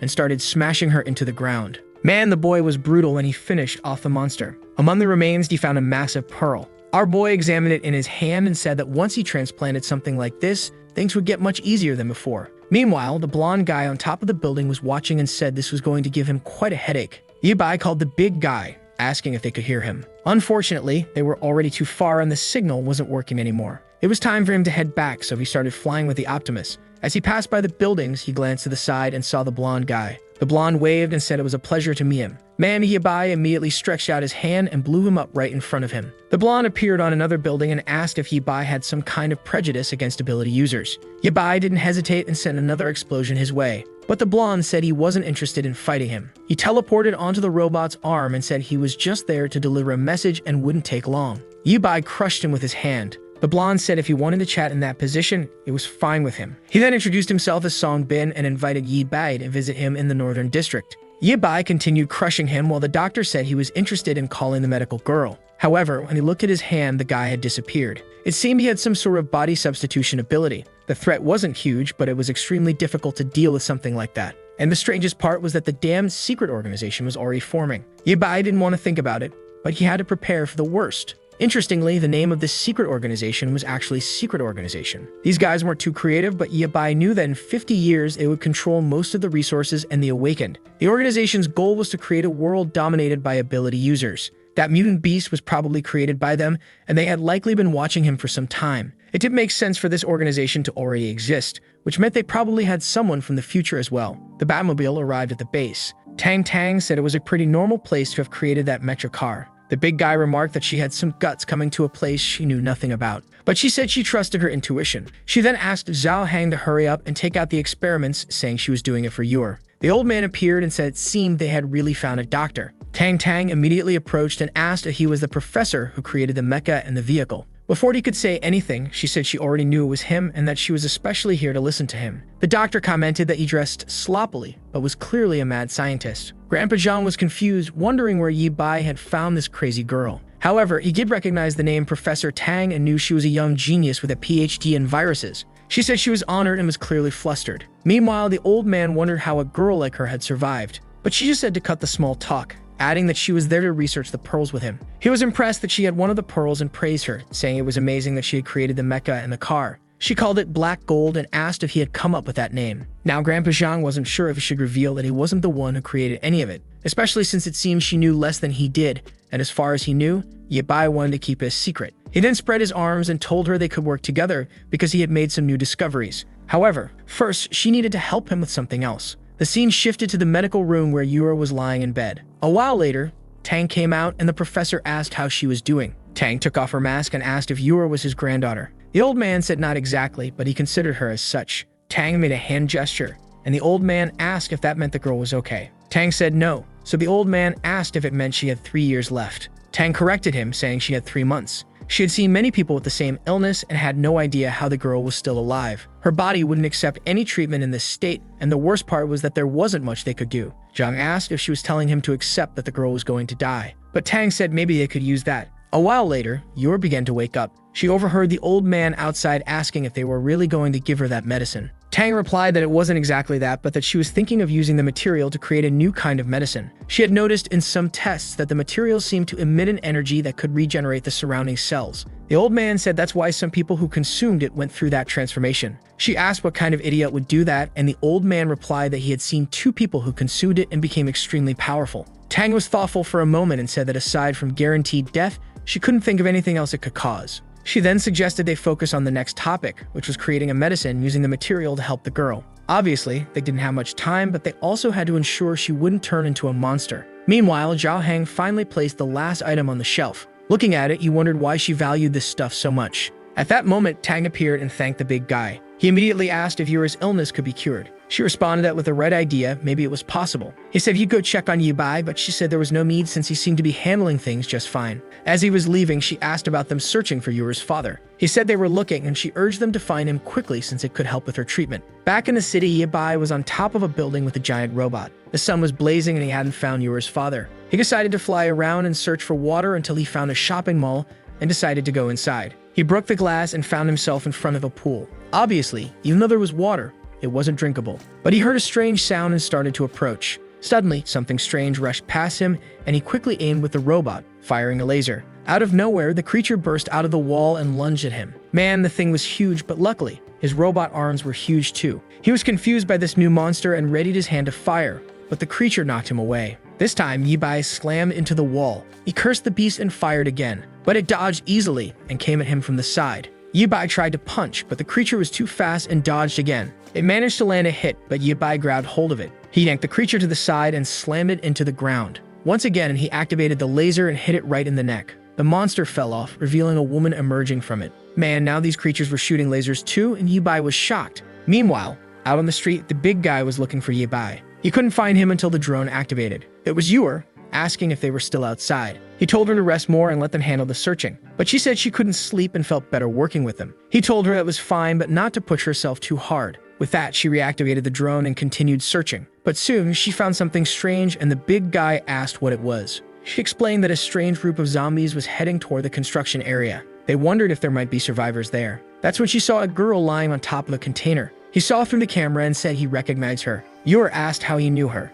The big guy explained that she had been captured by that guy before, but at some point she escaped, and they never saw her again. Yura said they had to help her, and the big guy immediately activated the car's claws, saying it was obvious. He plowed through the zombies, cutting them all down. The girl seemed confused. Yura told her to look for a chance to jump into the car. Zhao Heng continued smashing everything in his path. He got closer to the container and told the girl to get in. She jumped into the back, and Yura said it was time to go. The girl slowly got inside, asking who they were. The big guy smiled and said they were the rescue team. Meanwhile, on the other side, Yibai was taking a beating as usual. Once again, he slammed into the wall and the monster came in for the finishing blow. But Yibai covered his face, knowing he couldn't look at it. The problem was that his face cover had been damaged in the previous fight, so he couldn't use it again. The creature prepared an attack that nearly hit him. He fired another laser, but the damn thing was too fast. Once again, he got hit by its tail. He fell into the pool like an idiot and realized he had been careless. He sank into the water and the creature activated another strike. The problem was that now he couldn't move his body. Spikes began to pierce the pool and he wondered if he was going to die there. But at that moment, a light shone and the creature took hit to the eye. Man, it was the big guy in the Batmobile, saying that the apocalyptic rescue team had arrived. The creature seemed confused. It changed its mind and tried to flee, but Yubai's giant hand grabbed its tail. He asked where it thought it was going. He tossed it back into the water, delivering a punch, and told the big guy that if the creature started looking at him, just blast it with a laser. The big guy said he understood. Before the creature could do anything, Yubai fired a laser into its stomach. The poor thing collapsed to the ground, trembling. He grabbed its head and demanded to know what this mutant was doing there. He wanted to know if she had been sent by the organization to kill him. The girl just stared and he told her to open her mouth or he'd crush her head. At that moment, she reacted when he mentioned the secret organization. Lena became desperate, saying she didn't want to go back to that place. The big guy asked how this girl had also turned into a monster. At that moment, the monster recognized the girl in the car and started calling her Lena. Yibai told her to stay still or he'd finish her off. Lena got out of the car and began asking if the creature was Annie. The creature under Yibai's hand kept calling out to her. The big guy mentioned to Yura that maybe she was another person transformed by the black material. Lena approached and asked her sister how she had ended up like that. The girl explained that she had undergone experiments by an organization. She had no idea of the pain she was feeling. Yibai then told her to move away, saying he'd end her suffering. But Lena begged him not to kill her because, even transformed, she was still her sister. Yura stepped in front of Yibai and asked him to wait a moment. Yibai warned her to get out of his way or he'd smash that drone. Yura pleaded, saying they had just reunited and he couldn't take her life like that. But the protagonist argued that someone transformed had an extremely unstable mind, making it too dangerous to leave her alive. Even so, Lena wouldn't move and kept crying with her sister. Yura begged Yi Bai to at least let them talk to see what would happen. But Yi Bai reminded her that this creature had merely killed him and there was no way he'd let her walk away alive. However, the big guy suggested Yi Bai thank Yura because if it weren't for her, it wouldn't have arrived in time. With that, Yi Bai began to retreat. He let go of the creature and walked away, calling them a bunch of idiots. The monster stood up and asked if they were from the secret organization. Yura said no, that they were just walking through the city looking for survivors. Annie then explained that after the transformation, she managed to escape. However, the organization kept sending giant dogs to hunt her down in this place. Yura asked why she had attacked Yi Bai, to which she replied that she was scared and thought he was part of the organization. She approached Lena, saying it was good to know she was okay, and that she had no intention of hurting anyone there. Yura seemed relieved and suggested that Annie join their group. They were studying zombies at a nearby place, and maybe she could help. Lena asked if both of them could really be part of that, and Yura said it would be a pleasure to help others. The only problem, of course, was that the monster wouldn't fit in the car. Annie told Lena that she would follow her wherever she went. The big guy asked Yura if she was sure about bringing a monster like this back to their home. She confidently replied that they were just two sisters in danger and helping them was everyone's responsibility. Yi Bai just got into the car and sat down. Seeing this, the big guy said that since Yi Bai wasn't refusing, it was time to head back. So with the car, the drone, and the monster, they all left. The big guy was impressed that the creature could move as fast as them. A while later, they returned to the base. Naturally, the doctor and Tang were shocked to see the creature in front of them. They immediately asked Yi Bai what was going on. Lena introduced herself, explaining that she lived in the east. But when the disaster started, she and her sister got into a car and drove south. From the creature's head, Annie appeared. Lena introduced her, saying she had been captured by an organization and turned into an experiment. While the old man was terrified of the organization, Tang found it adorable. She approached the creature, telling her not to be afraid, that she just wanted to touch her a little. But the creature flapped its fins and Tang became concerned. The monster moved to the side and jumped into the pool. Tang wondered if the creature was experiencing anxiety. The big guy asked how the two of them had survived there since there was no food and it was just the two of them. Lena explained that for a while, a man had been guiding them and helping them escape from the zombies. But suddenly, he disappeared, and they had been waiting there ever since. The big guy asked who this bold person was that helped them survive all the zombies. She explained that the person had given them clothes full of zombie guts, saying it would mask their scent, which was why they hadn't been detected. Immediately, the big guy started to imagine that this might be Yura's father. At that moment, Yura called out and asked if this person had short hair and was named Yahello. Lena said yes and realized Yura was the girl from before. That's when Yura said that Yahello was her father and then fainted on the spot. Tang helped her up and asked why she had escaped from the hospital. The big guy looked at Yi Bai and asked why they didn't go back and search for her father.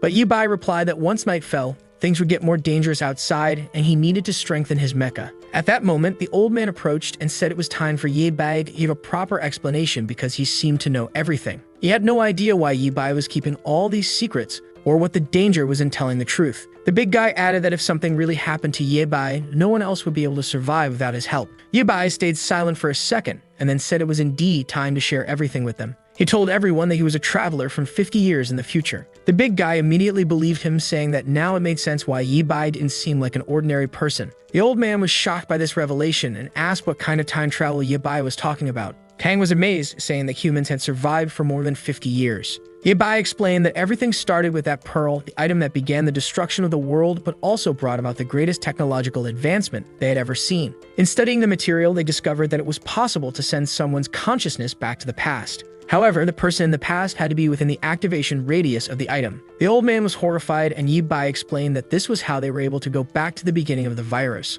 Unfortunately, though, they couldn't go any earlier than that. He further explained that after years of analysis, they never found any other material like it on Earth, leading them to believe it came from another world. The big guy immediately started considering that this might be an alien invasion. Yi Bai said that if that were the case, the aliens had already won. In less than 50 years, there would be fewer than 10 million people alive, and even those would have to constantly fight just to survive. In the end, Yi Bai had been chosen to go back to the past and reshape everything. The big guy now understood why Yi Bai had been so determined to gather the material from the start and asked how old Yi Bai really was. He replied that he was probably nearing 70 by now. However, every time he returned to the past, he found himself at the first moment he encountered the virus in school. The problem was that even in the past, it wasn't so easy to change things. The big guy was shocked, saying you could write an entire story with that information. Who would have thought? Tang asked if they were destined companions in the future. Yi Bai replied that he wasn't sure, but he hoped so. Confused, Zhao Hang asked why Yi Bai was saying that and if more changes would happen. Our boy just looked at Tang and said that the virus was evolving. She must have noticed it. Tang confirmed, saying that their survival was already a miracle. That's because the zombie virus wasn't transmitted by a bite but spread freely through the air. Immediately, the two of them stood up in shock. asking how they had been transformed. Tang explained that's why she liked to say they were the chosen ones. Some people seem to have certain antibodies that allowed them to resist the virus, but she couldn't guarantee that a bite wouldn't cause transformation. Yabai revealed that the truth was, they had all been infected a long time ago. In theory, they would eventually turn into zombies as well. Even though they might be immune to the airborne virus, that didn't mean they couldn't be infected by other means. Zhao Hang was amazed that Yabai had managed to hide all of this for so long. Yabai said he had done so because he had recently confirmed his suspicion. It seemed that someone from the future was accelerating the progression of the virus. This group was known as the Black Order. The scene switched to Zhubo. Turns out, Zhubo was a man after all. Up until now, I had thought it was a woman. He really managed to return to normal. I thought the blonde guy was lying to him. Jiabo smiled, saying that now he was officially a member of the squad. He was thrilled, saying they were incredible. Meanwhile, a white-haired girl watched through a window. Back with Yabai, he explained that in this timeline, people were transforming into creatures much faster than usual. Additionally, the first zombie mutation was supposed to happen weeks later, but this time it occurred much sooner. Moreover, he had encountered psychic beasts today, which were created by this Black Order. He suspected that this group had likely sent some agents from the future. The big guy then asked why the Black Order had so many weapons and knowledge but didn't seem interested in saving humanity. Yabai explained that this group believed that people with superpowers were a kind of gift from fate. Their goal was to obliterate all of humanity, leaving only ability users. Tang found all of this a bit confusing and said it sounded pretty cringe. The old man suddenly remembered something and said that the black box Zhao Hang had brought contained some pills, and when he analyzed them, he found the same material inside. It seemed to be a catalyst for something, and he wondered if it was related to the Black Order. Yabai said they were probably contaminating people's water with the virus, which would explain why so many were transforming. The big guy mentioned that Yuer's father's car was full of those items, so maybe he was part of the group. Yabai said they would investigate that later, but for now, the important thing was that as long as the Black Order existed, humanity wouldn't be able to survive. He then showed a map with the changes he wanted to make to the base to increase their chances of surviving an attack. He asked Tang to keep taking care of Yuer, who in turn asked if Yabai was her brother by any chance. Yabai asked if that would be a problem, and she said it was just a medical thing. He replied that it had nothing to do with that and told the big guy to go back and help Tang and the old man prepare everything. Back in the room, Yuer slowly woke up. She got up and saw Lena sleeping next to her. With that, she left the room and began walking down the corridor. In one of the rooms, Tang was saying that Yabai didn't seem to be lying about his story. She drank something and slumped over the table, saying she had hoped the problems would end, but they were only increasing. At that moment, Yuer appeared beside her. The doctor asked what Yuer was doing there and told her to go back to sleep. However, Yuer said she couldn't sleep and wanted to go outside for a bit. Tang replied that everyone was sleeping and soon Yabai would be back to search for her father, so there was no need to worry. Yuer then said she had overheard of her talking to someone and asked who else was there. Tang responded that it seemed she had heard correctly. She pointed to a head and said, "It's him." Yuer, startled, asked why she was talking to a zombie. The head belonged to a childhood friend of hers who was a fool. Yuer was confused, so Tang explained that he was a kind-hearted guy and that Yuer couldn't imagine why he wanted to become a doctor. He was rejected countless times but kept studying until he finally made it. In the end, he was the only one who stayed by her side. When many people at the hospital tried to steal her research, he stood up and told everyone the truth. When the disaster happened, he was the only one who used his own body to save her. Even while he was fighting and being transformed, he kept protecting her. In the end, there were so many pieces on the ground that she didn't even know which ones were his. Even so, she collected the pieces in the hope that if she combined them with future technology, she might be able to bring him back to life. She then laughed and said she was joking. She knew life wasn't that simple. Yuer awkwardly asked if she had liked that person. Tang revealed that strangely enough, he was the only person who ever touched her heart. She then told Yuer to go back to sleep because she would need to talk to Annie later. Meanwhile, outside, Yuer went to see Annie. Annie emerged from the water and stood face to face with her. They stared at each other for a moment and Yuer introduced herself, asking how Annie was doing. Annie explained that she always had to stay hidden because she couldn't afford to be found by the organization. Yuer said that what had been done to her body was cruel and asked if it had hurt. Annie responded that just thinking about the past gave her chills, but nowadays she didn't feel anything anymore. Yuer was thoughtful for a moment and Annie said she could tell that Yuer also seemed to be in pain. She gently touched Yuer and asked how she could tell. As the monster was about to say that humans are all the same, she suddenly fainted. Annie caught her with her fins and called for Tang. Tang came running, panicking, asking what Yuer was doing there when she had told her to go back to bed. Tang touched Yuer's head and said that at this rate, there was no way to save her if she kept acting like this. But Yuer simply apologized and said she had a request. She wanted the doctor's help to complete the surgery. Meanwhile, Yabai was working on Optimus Prime 2.0. At the same time in the city, Yuer's father was now searching for Annie and Lena. He didn't know where they had gone and wondered if they had been attacked by zombies. It was strange since he had protected the area well and there shouldn't have been any creatures around. Not to mention the massive tire tracks on the street, he had no idea what had passed through there. Suddenly, wings flapped in the sky, and when he looked up, a dragon was flying by. The creature circled a building and he felt relieved. However, at that moment, a man with a blue beard appeared, saying he had finally found him. Back at the lab, Yor was inside a tank. Outside, Yebai and the old man were watching everything. Zhang commented that he was unsure about using that item to try and cure her. But Yebai explained that they just needed time for it to work. He had gathered the right portion of the pearl's energy, and as long as Tang followed the formula, everything should go smoothly. Of course, some adverse reactions could occur, but at least she would be saved. The old man asked if they had done this many experiments in the future to know all this. Yebai explained that this type of cure was known as the elixir of immortality and was sold to the elite back then. While it was effective in treating diseases, the idea of eternal life was still a mystery since it didn't last long. The old man said that with a name like that, it sounded even more convincing. Yebai then explained that this was the last conservative option they had. After that, they would have to use the material entirely and see what happened. The old man then said that now everything made sense. That's why Zhao Hang was back out on the streets searching for her father. He warned Lina that the place was full of zombies and told her to check the right side. With that, she started deploying the drone but apologized because she wasn't very familiar with it.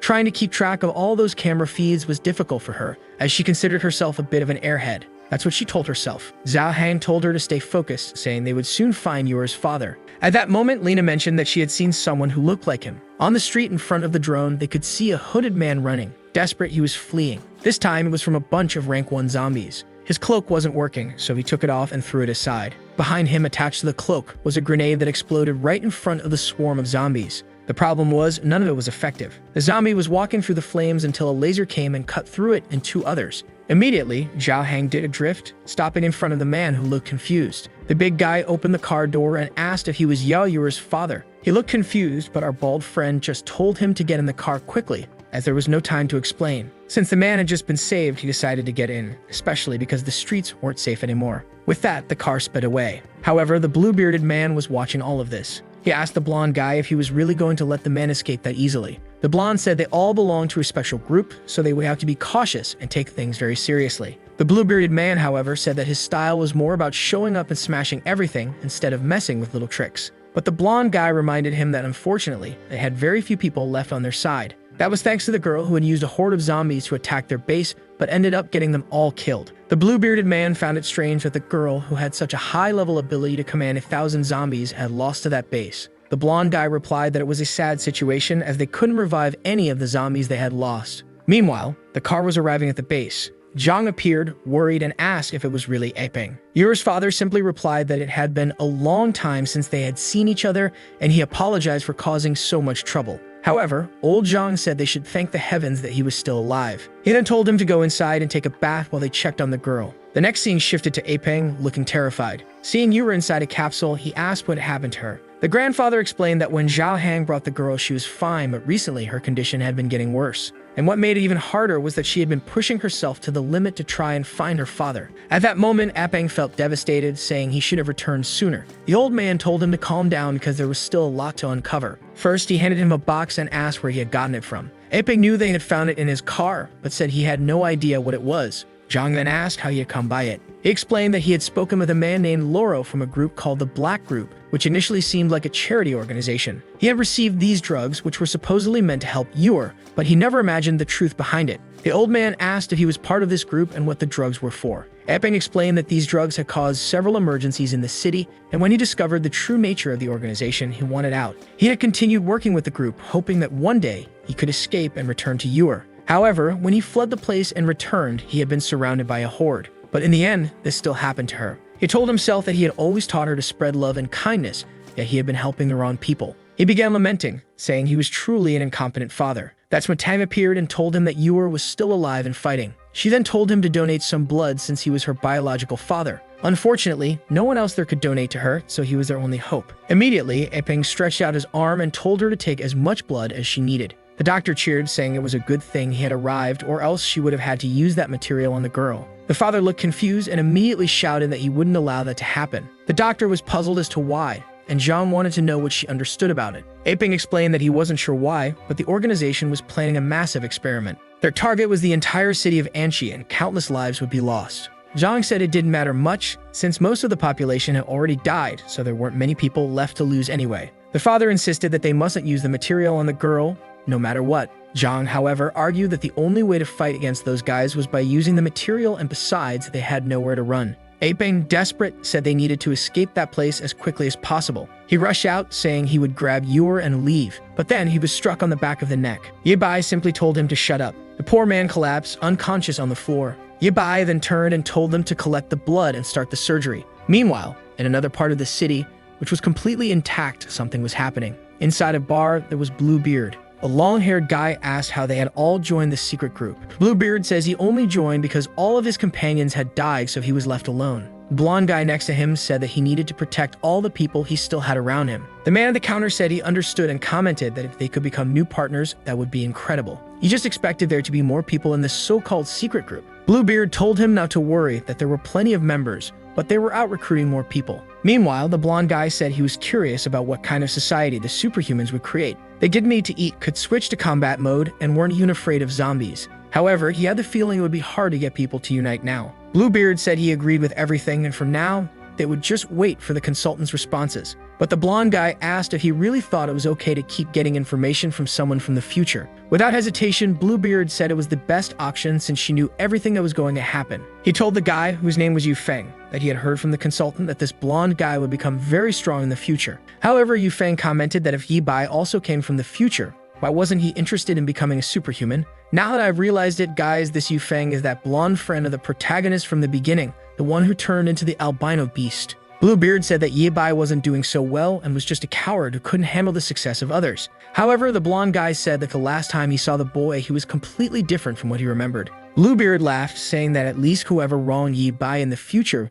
would probably suffer in this life. But one thing was certain, they would need to kill Yibai since he was getting in the way of their plans. Someone then clapped and said that he had said everything he wanted to hear. It was the blonde guy with the hat, who said that the world Yibai wanted to create was completely different from theirs. For now, they were still trying to inspire the boy and create a change in him, but if he didn't accept it, they would obviously have to kill him. Everyone in this room had been born from the black gold. They had abandoned their old bodies and accepted a new rebirth. They needed to dive even deeper into the mysteries of this item to gain a power never before seen in this race. The guys even had a little slogan saying that the Shadow Squadron was eternal. These bastards also had 30 different names for God's sake. Back at the base, the big guy was sleepy, and our boy was fixing the car. He asked Yibai where his friends from the future were. Since they were younger back then, they must be kids now. Yibai just said that the present and the future had changed, so whether his friends were still alive was a mystery. Besides, in this life, he might never meet them again. The big guy then asked how he was going to rebuild the organization he wanted. Yibai said he didn't need specific allies, but rather people who shared the same vision. Confused, Zhao Hang asked what that vision was. Yibai then explained that the goal was to eradicate the black gold and the supernatural people and restore the proper order to humanity. The big guy said those were simple things to explain but extremely difficult to achieve. However, Yibai then explained what had happened to future generations who had become dependent on the black gold. To maintain their powers, they needed to create zombie concentration camps, where people would be transformed to generate more materials. The problem was that in a regime like this, the number of people kept decreasing. Those with supernatural powers didn't want to fight against it. His group was the last of the rebels who still tried to oppose that regime. Zhao Hang then remarked that for someone who wanted to eliminate black metal, Yibai was very good at using it to create things. Yibai explained that in order to eliminate it, you first had to understand it. As soon as the enemies were eradicated, they would also get rid of any equipment they had created. Zhao Hang commented that it was amazing that Yibai followed such a serious philosophy. But Yibai said not to praise him too much because if it weren't for his allies from the future, he would have given up a long time ago. And if it weren't for those who saved his life, he would have already been a zombie himself. Sometime later, Apeng woke up in the upstairs room.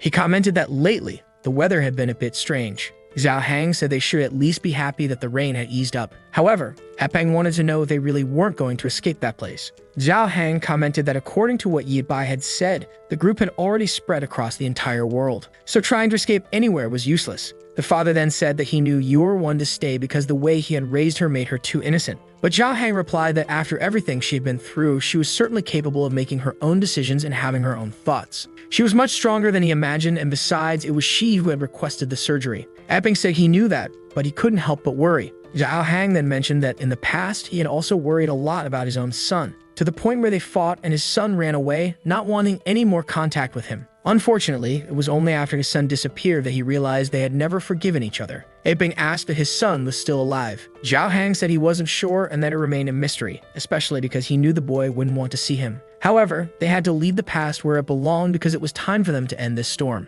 Meanwhile, Outside the base, a giant robot stomped on the ground. Man, our boy had created Optimus 2.0. The big guy was in shock, saying this must be the ultimate mecha. Aping just said that if the guy from the faction wanted to find him, then he would make sure that wish was granted. That's because he didn't like the idea of letting him proliferate so easily. He extended his arm Iron Man style to the big guy, saying his job was to take care of the place while he was away. He told him not to worry, that anyone who came there would be eliminated. Yibai told him to keep taking good care of Yor. As soon as the big guy agreed, he activated the thruster and flew off. The fool stood there watching, saying it was amazing. Meanwhile, in another part of the city, the blonde guy was just observing everything. The whole group was watching and they knew it was Yibai. It was insane that he had created a machine like that in such a short time. Apparently, the consultant really knew who the best people were, and it was time to start with a plan. Bluebeard, excited, said he couldn't contain his excitement. The blonde guy then said he would let him start the show. Immediately, the creature began to transform. His hand turned red, something came out of his back, and man, he turned into a flying, horned monster.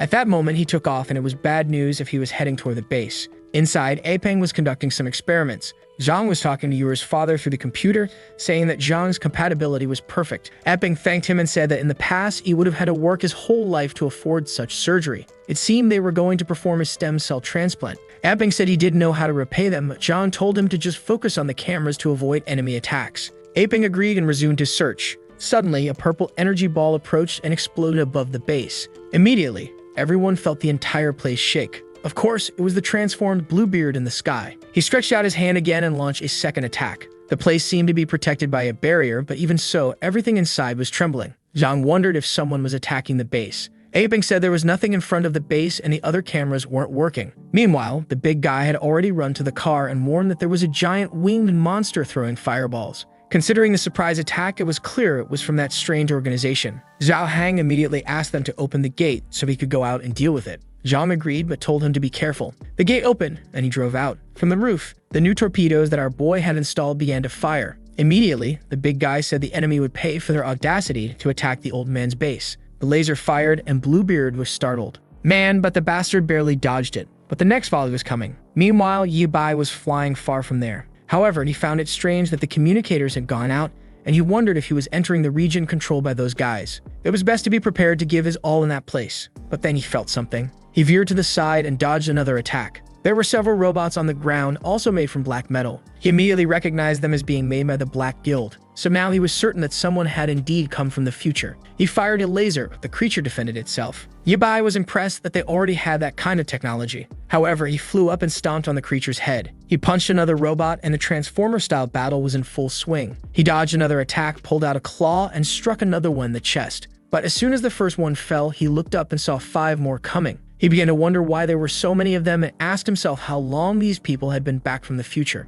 Once again, he launched a barrage of missiles that hit them directly. 4 exploded in the sky, and he hit another with a laser. Meanwhile, at the base, the big guy was trying to hit Bluebeard, who was just dodging. The long-haired guy asked if they were going to invade the base now. Laurel confirmed but said the guy was scared because of the electric fences and the poisonous gas. Laurel said they would enter, but not now, as they would be easily destroyed. However, that was already expected, and that's why he had some other plans. At that moment, Apeng warned everyone at the base that the big guy seemed to have managed to scare off the winged creature. He asked if Yor was okay and how the surgery was going, but then something appeared on his neck. A lot of blood spilled out and he fell to the ground. Immediately, the blonde guy emerged from his corpse. He said that blood mark was perfect for being placed on him. Even better, because it seemed he was in the control room. Meanwhile, outside, Zhao Hang was having a blast. He launched another barrage of torpedoes toward Bluebeard. The creature tried to escape by flying but realized it couldn't and turned to cast a spell. It managed to blow up some of the torpedoes, but a laser hit it squarely in the hand. Man, this guy exploded and it fell to the ground like trash.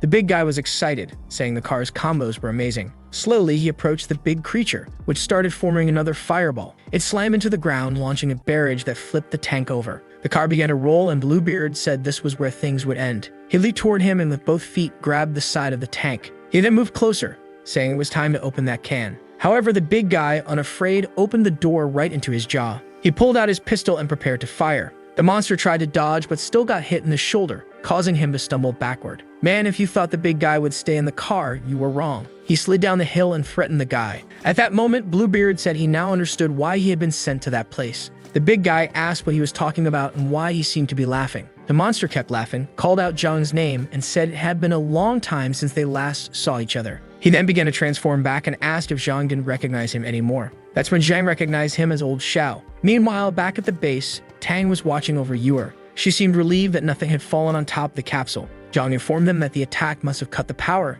and now they were running only on generators. However, the big problem was that the stem cells they had absorbed from the father had been destroyed. Tang said it was no problem. They could just ask him again. But at that moment, the blonde guy walked in saying that, unfortunately, he wouldn't be able to come back to that place. Zhang immediately turned and asked who this guy was. The blonde guy introduced himself as a member of the organization and apologized for what happened. Shocked, the old man couldn't understand if these guys had managed to destroy the barrier or if they had taken down Zhao Han. The blonde guy said he wasn't that hostile and had only borrowed a little piece of Mr. Yo's flesh. Zhang asked if he was saying that he had killed Haiping. The blonde guy replied that to humans he was dead, but now he would become a zombie, which was even more magnificent. He then told Dr. Tang not to worry, as they weren't going to hurt her. But Zhang ordered him to leave, saying no one was going to help him. The blonde guy then said it seemed Yi Bai had told everyone everything, but maybe they shouldn't trust him completely. After all, from what he had heard, this Yi Bai was someone who abandoned others when he needed to save himself. Meanwhile, our boy was slamming the giant robots into the ground. He looked to the side and saw two more approaching.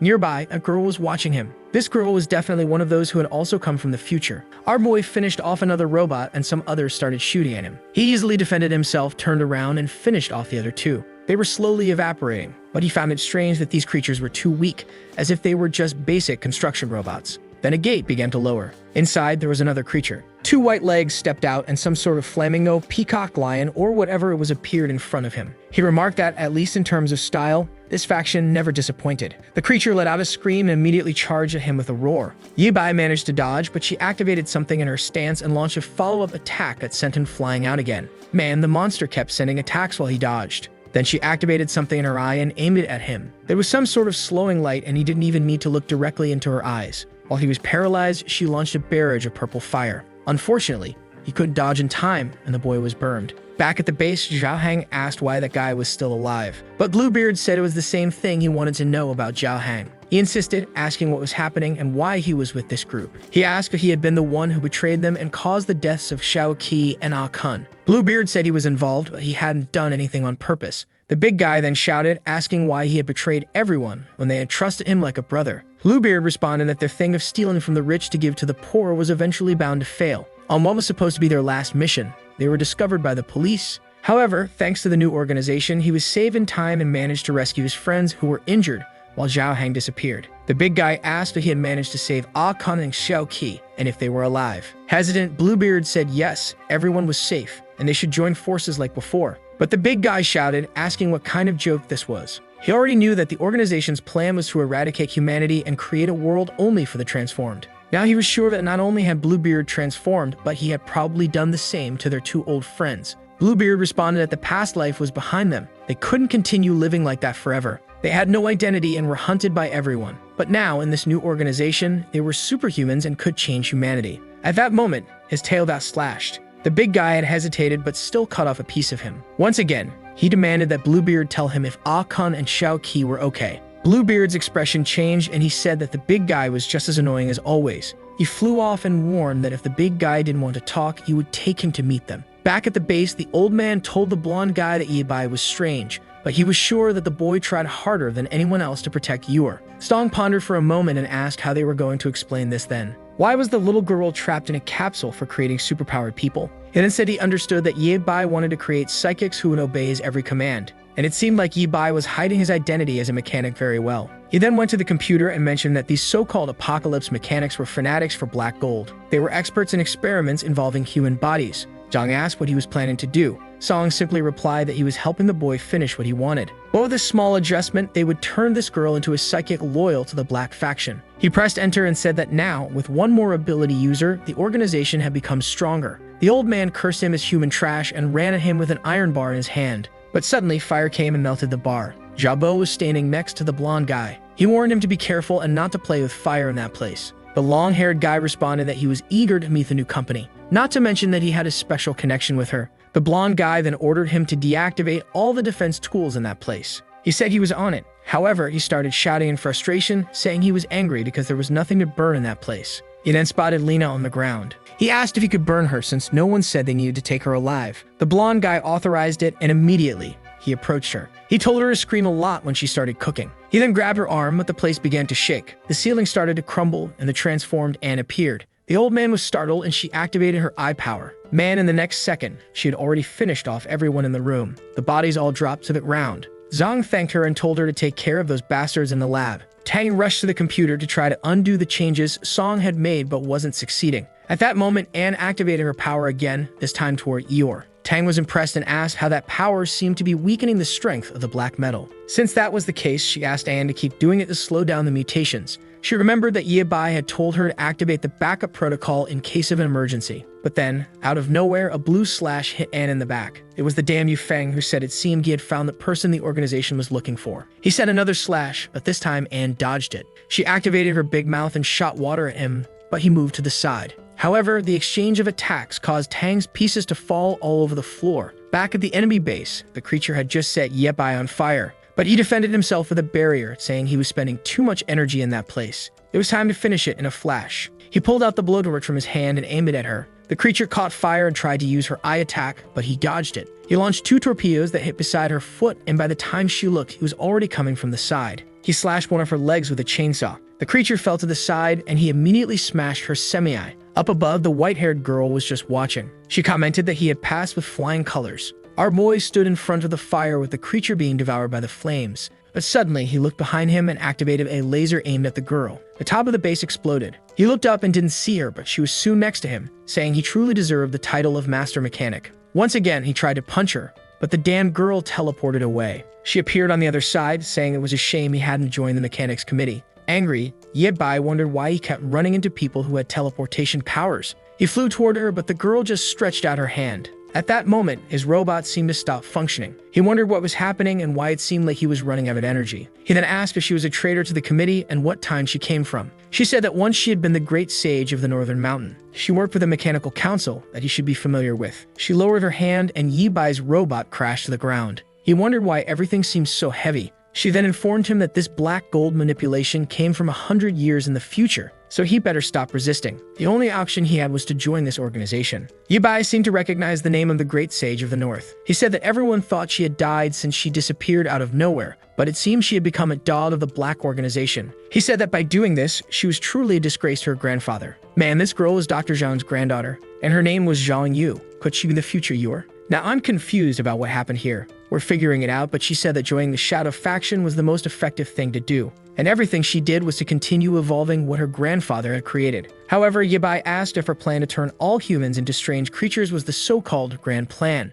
and that she must have surely killed many of her mechanic friends in the time she lived. Yor said she had always told the truth, but few believed her. And to avoid any future problems, she had no choice but to eliminate each one of them. She warned that if Yabai continued to oppose her, his fate would be the same. Our boy said he was eager to hear what brilliant ideas she had. She then asked if he really believed that black metal was all there was to this apocalypse. He said that as far as he knew, the meteor brought this virus, and that's why humans began to transform. She said that for a long time, she believed that too. However, the truth was something no one wanted to share for fear of causing panic. Yabai then asked what great secret had made her change sides and start killing so many people. Yura simply said it was because of a meteor. 5 months ago, it fell on this planet and brought the zombie virus. But in 100 years, another meteor just like it would arrive, only this time 10,000 times larger than the first. She explained that the first meteor came only to gather information about the planet, and the second would be the real attack. Even combining all the weapons they had on the planet, it was impossible to stop a meteor that size, especially a radioactive one. And considering that in the future, the war on the planet had left them without any aerial control, they were defenseless. As a last effort, the committee had an epiphany and began building ships to flee the planet. But by luck, she had found the same time travel machine that Yabai had used. Even though the limit of this one seemed to be the consciousness of 2 people, it was more than enough. Angrily, he asked if everyone was going to die. Why was she trying to turn them into zombies? Yura explained that from the moment the first meteor fell, it was inevitable that everyone would eventually transform into creatures. She had only accelerated the process by distributing black gold. To save humanity, they needed to gather all the superpowered people and stop the disaster that was coming. Meanwhile, back at the base, Anne was fighting Yufeng. Zhang was under the rubble when Dr. Tang, unconscious, appeared. Suddenly, Song started showing up, saying that was a close one. He said risking everything like that was madness and asked if everyone was okay. He began pulling Zhang out and said it was good to see he was still alive. Then he mentioned that he needed to take him alive since that was one of his granddaughter's requests. The old man was confused, not even knowing she was still alive. The blonde guy said she was an extraordinary person who had become the great sage of the mechanics. In a century into the future, along with their organization, they had already conquered the entire Earth. Confused, the old man asked if he was talking about Zhang Yuer and if she had really become a member. Man, I was startled. Apparently, they're different people, right guys? The blonde guy said she was the great sage behind the organization and might have gone even further if she had her legs. And I don't know if the translation is wrong, but the blonde guy said that one of old Zhang's experiments had caused an explosion in the past that made her lose her legs. Apparently, Mr. Zhang's son had sent her abroad. However, she never held a grudge against the old man, and that moved Song emotionally. He then said he was sure Zhang must feel guilty about it, so it would be good for him to meet her. After all, he imagined that's why Zhang wanted to take such good care of Yuer, since they looked alike. He then kicked Jubo in the head, telling him to wake up already. He ordered him to bring the old man and Dr. Tang, saying they were heading back to the base. But then someone entered the room. They looked confused. It was Yuer's father, who had transformed. The blonde guy quickly told Jubo to finish everyone off and take them away. But Jubo was on the ground, terrified. Zhang's friend had risen, covered in filth, and was advancing on Jubo.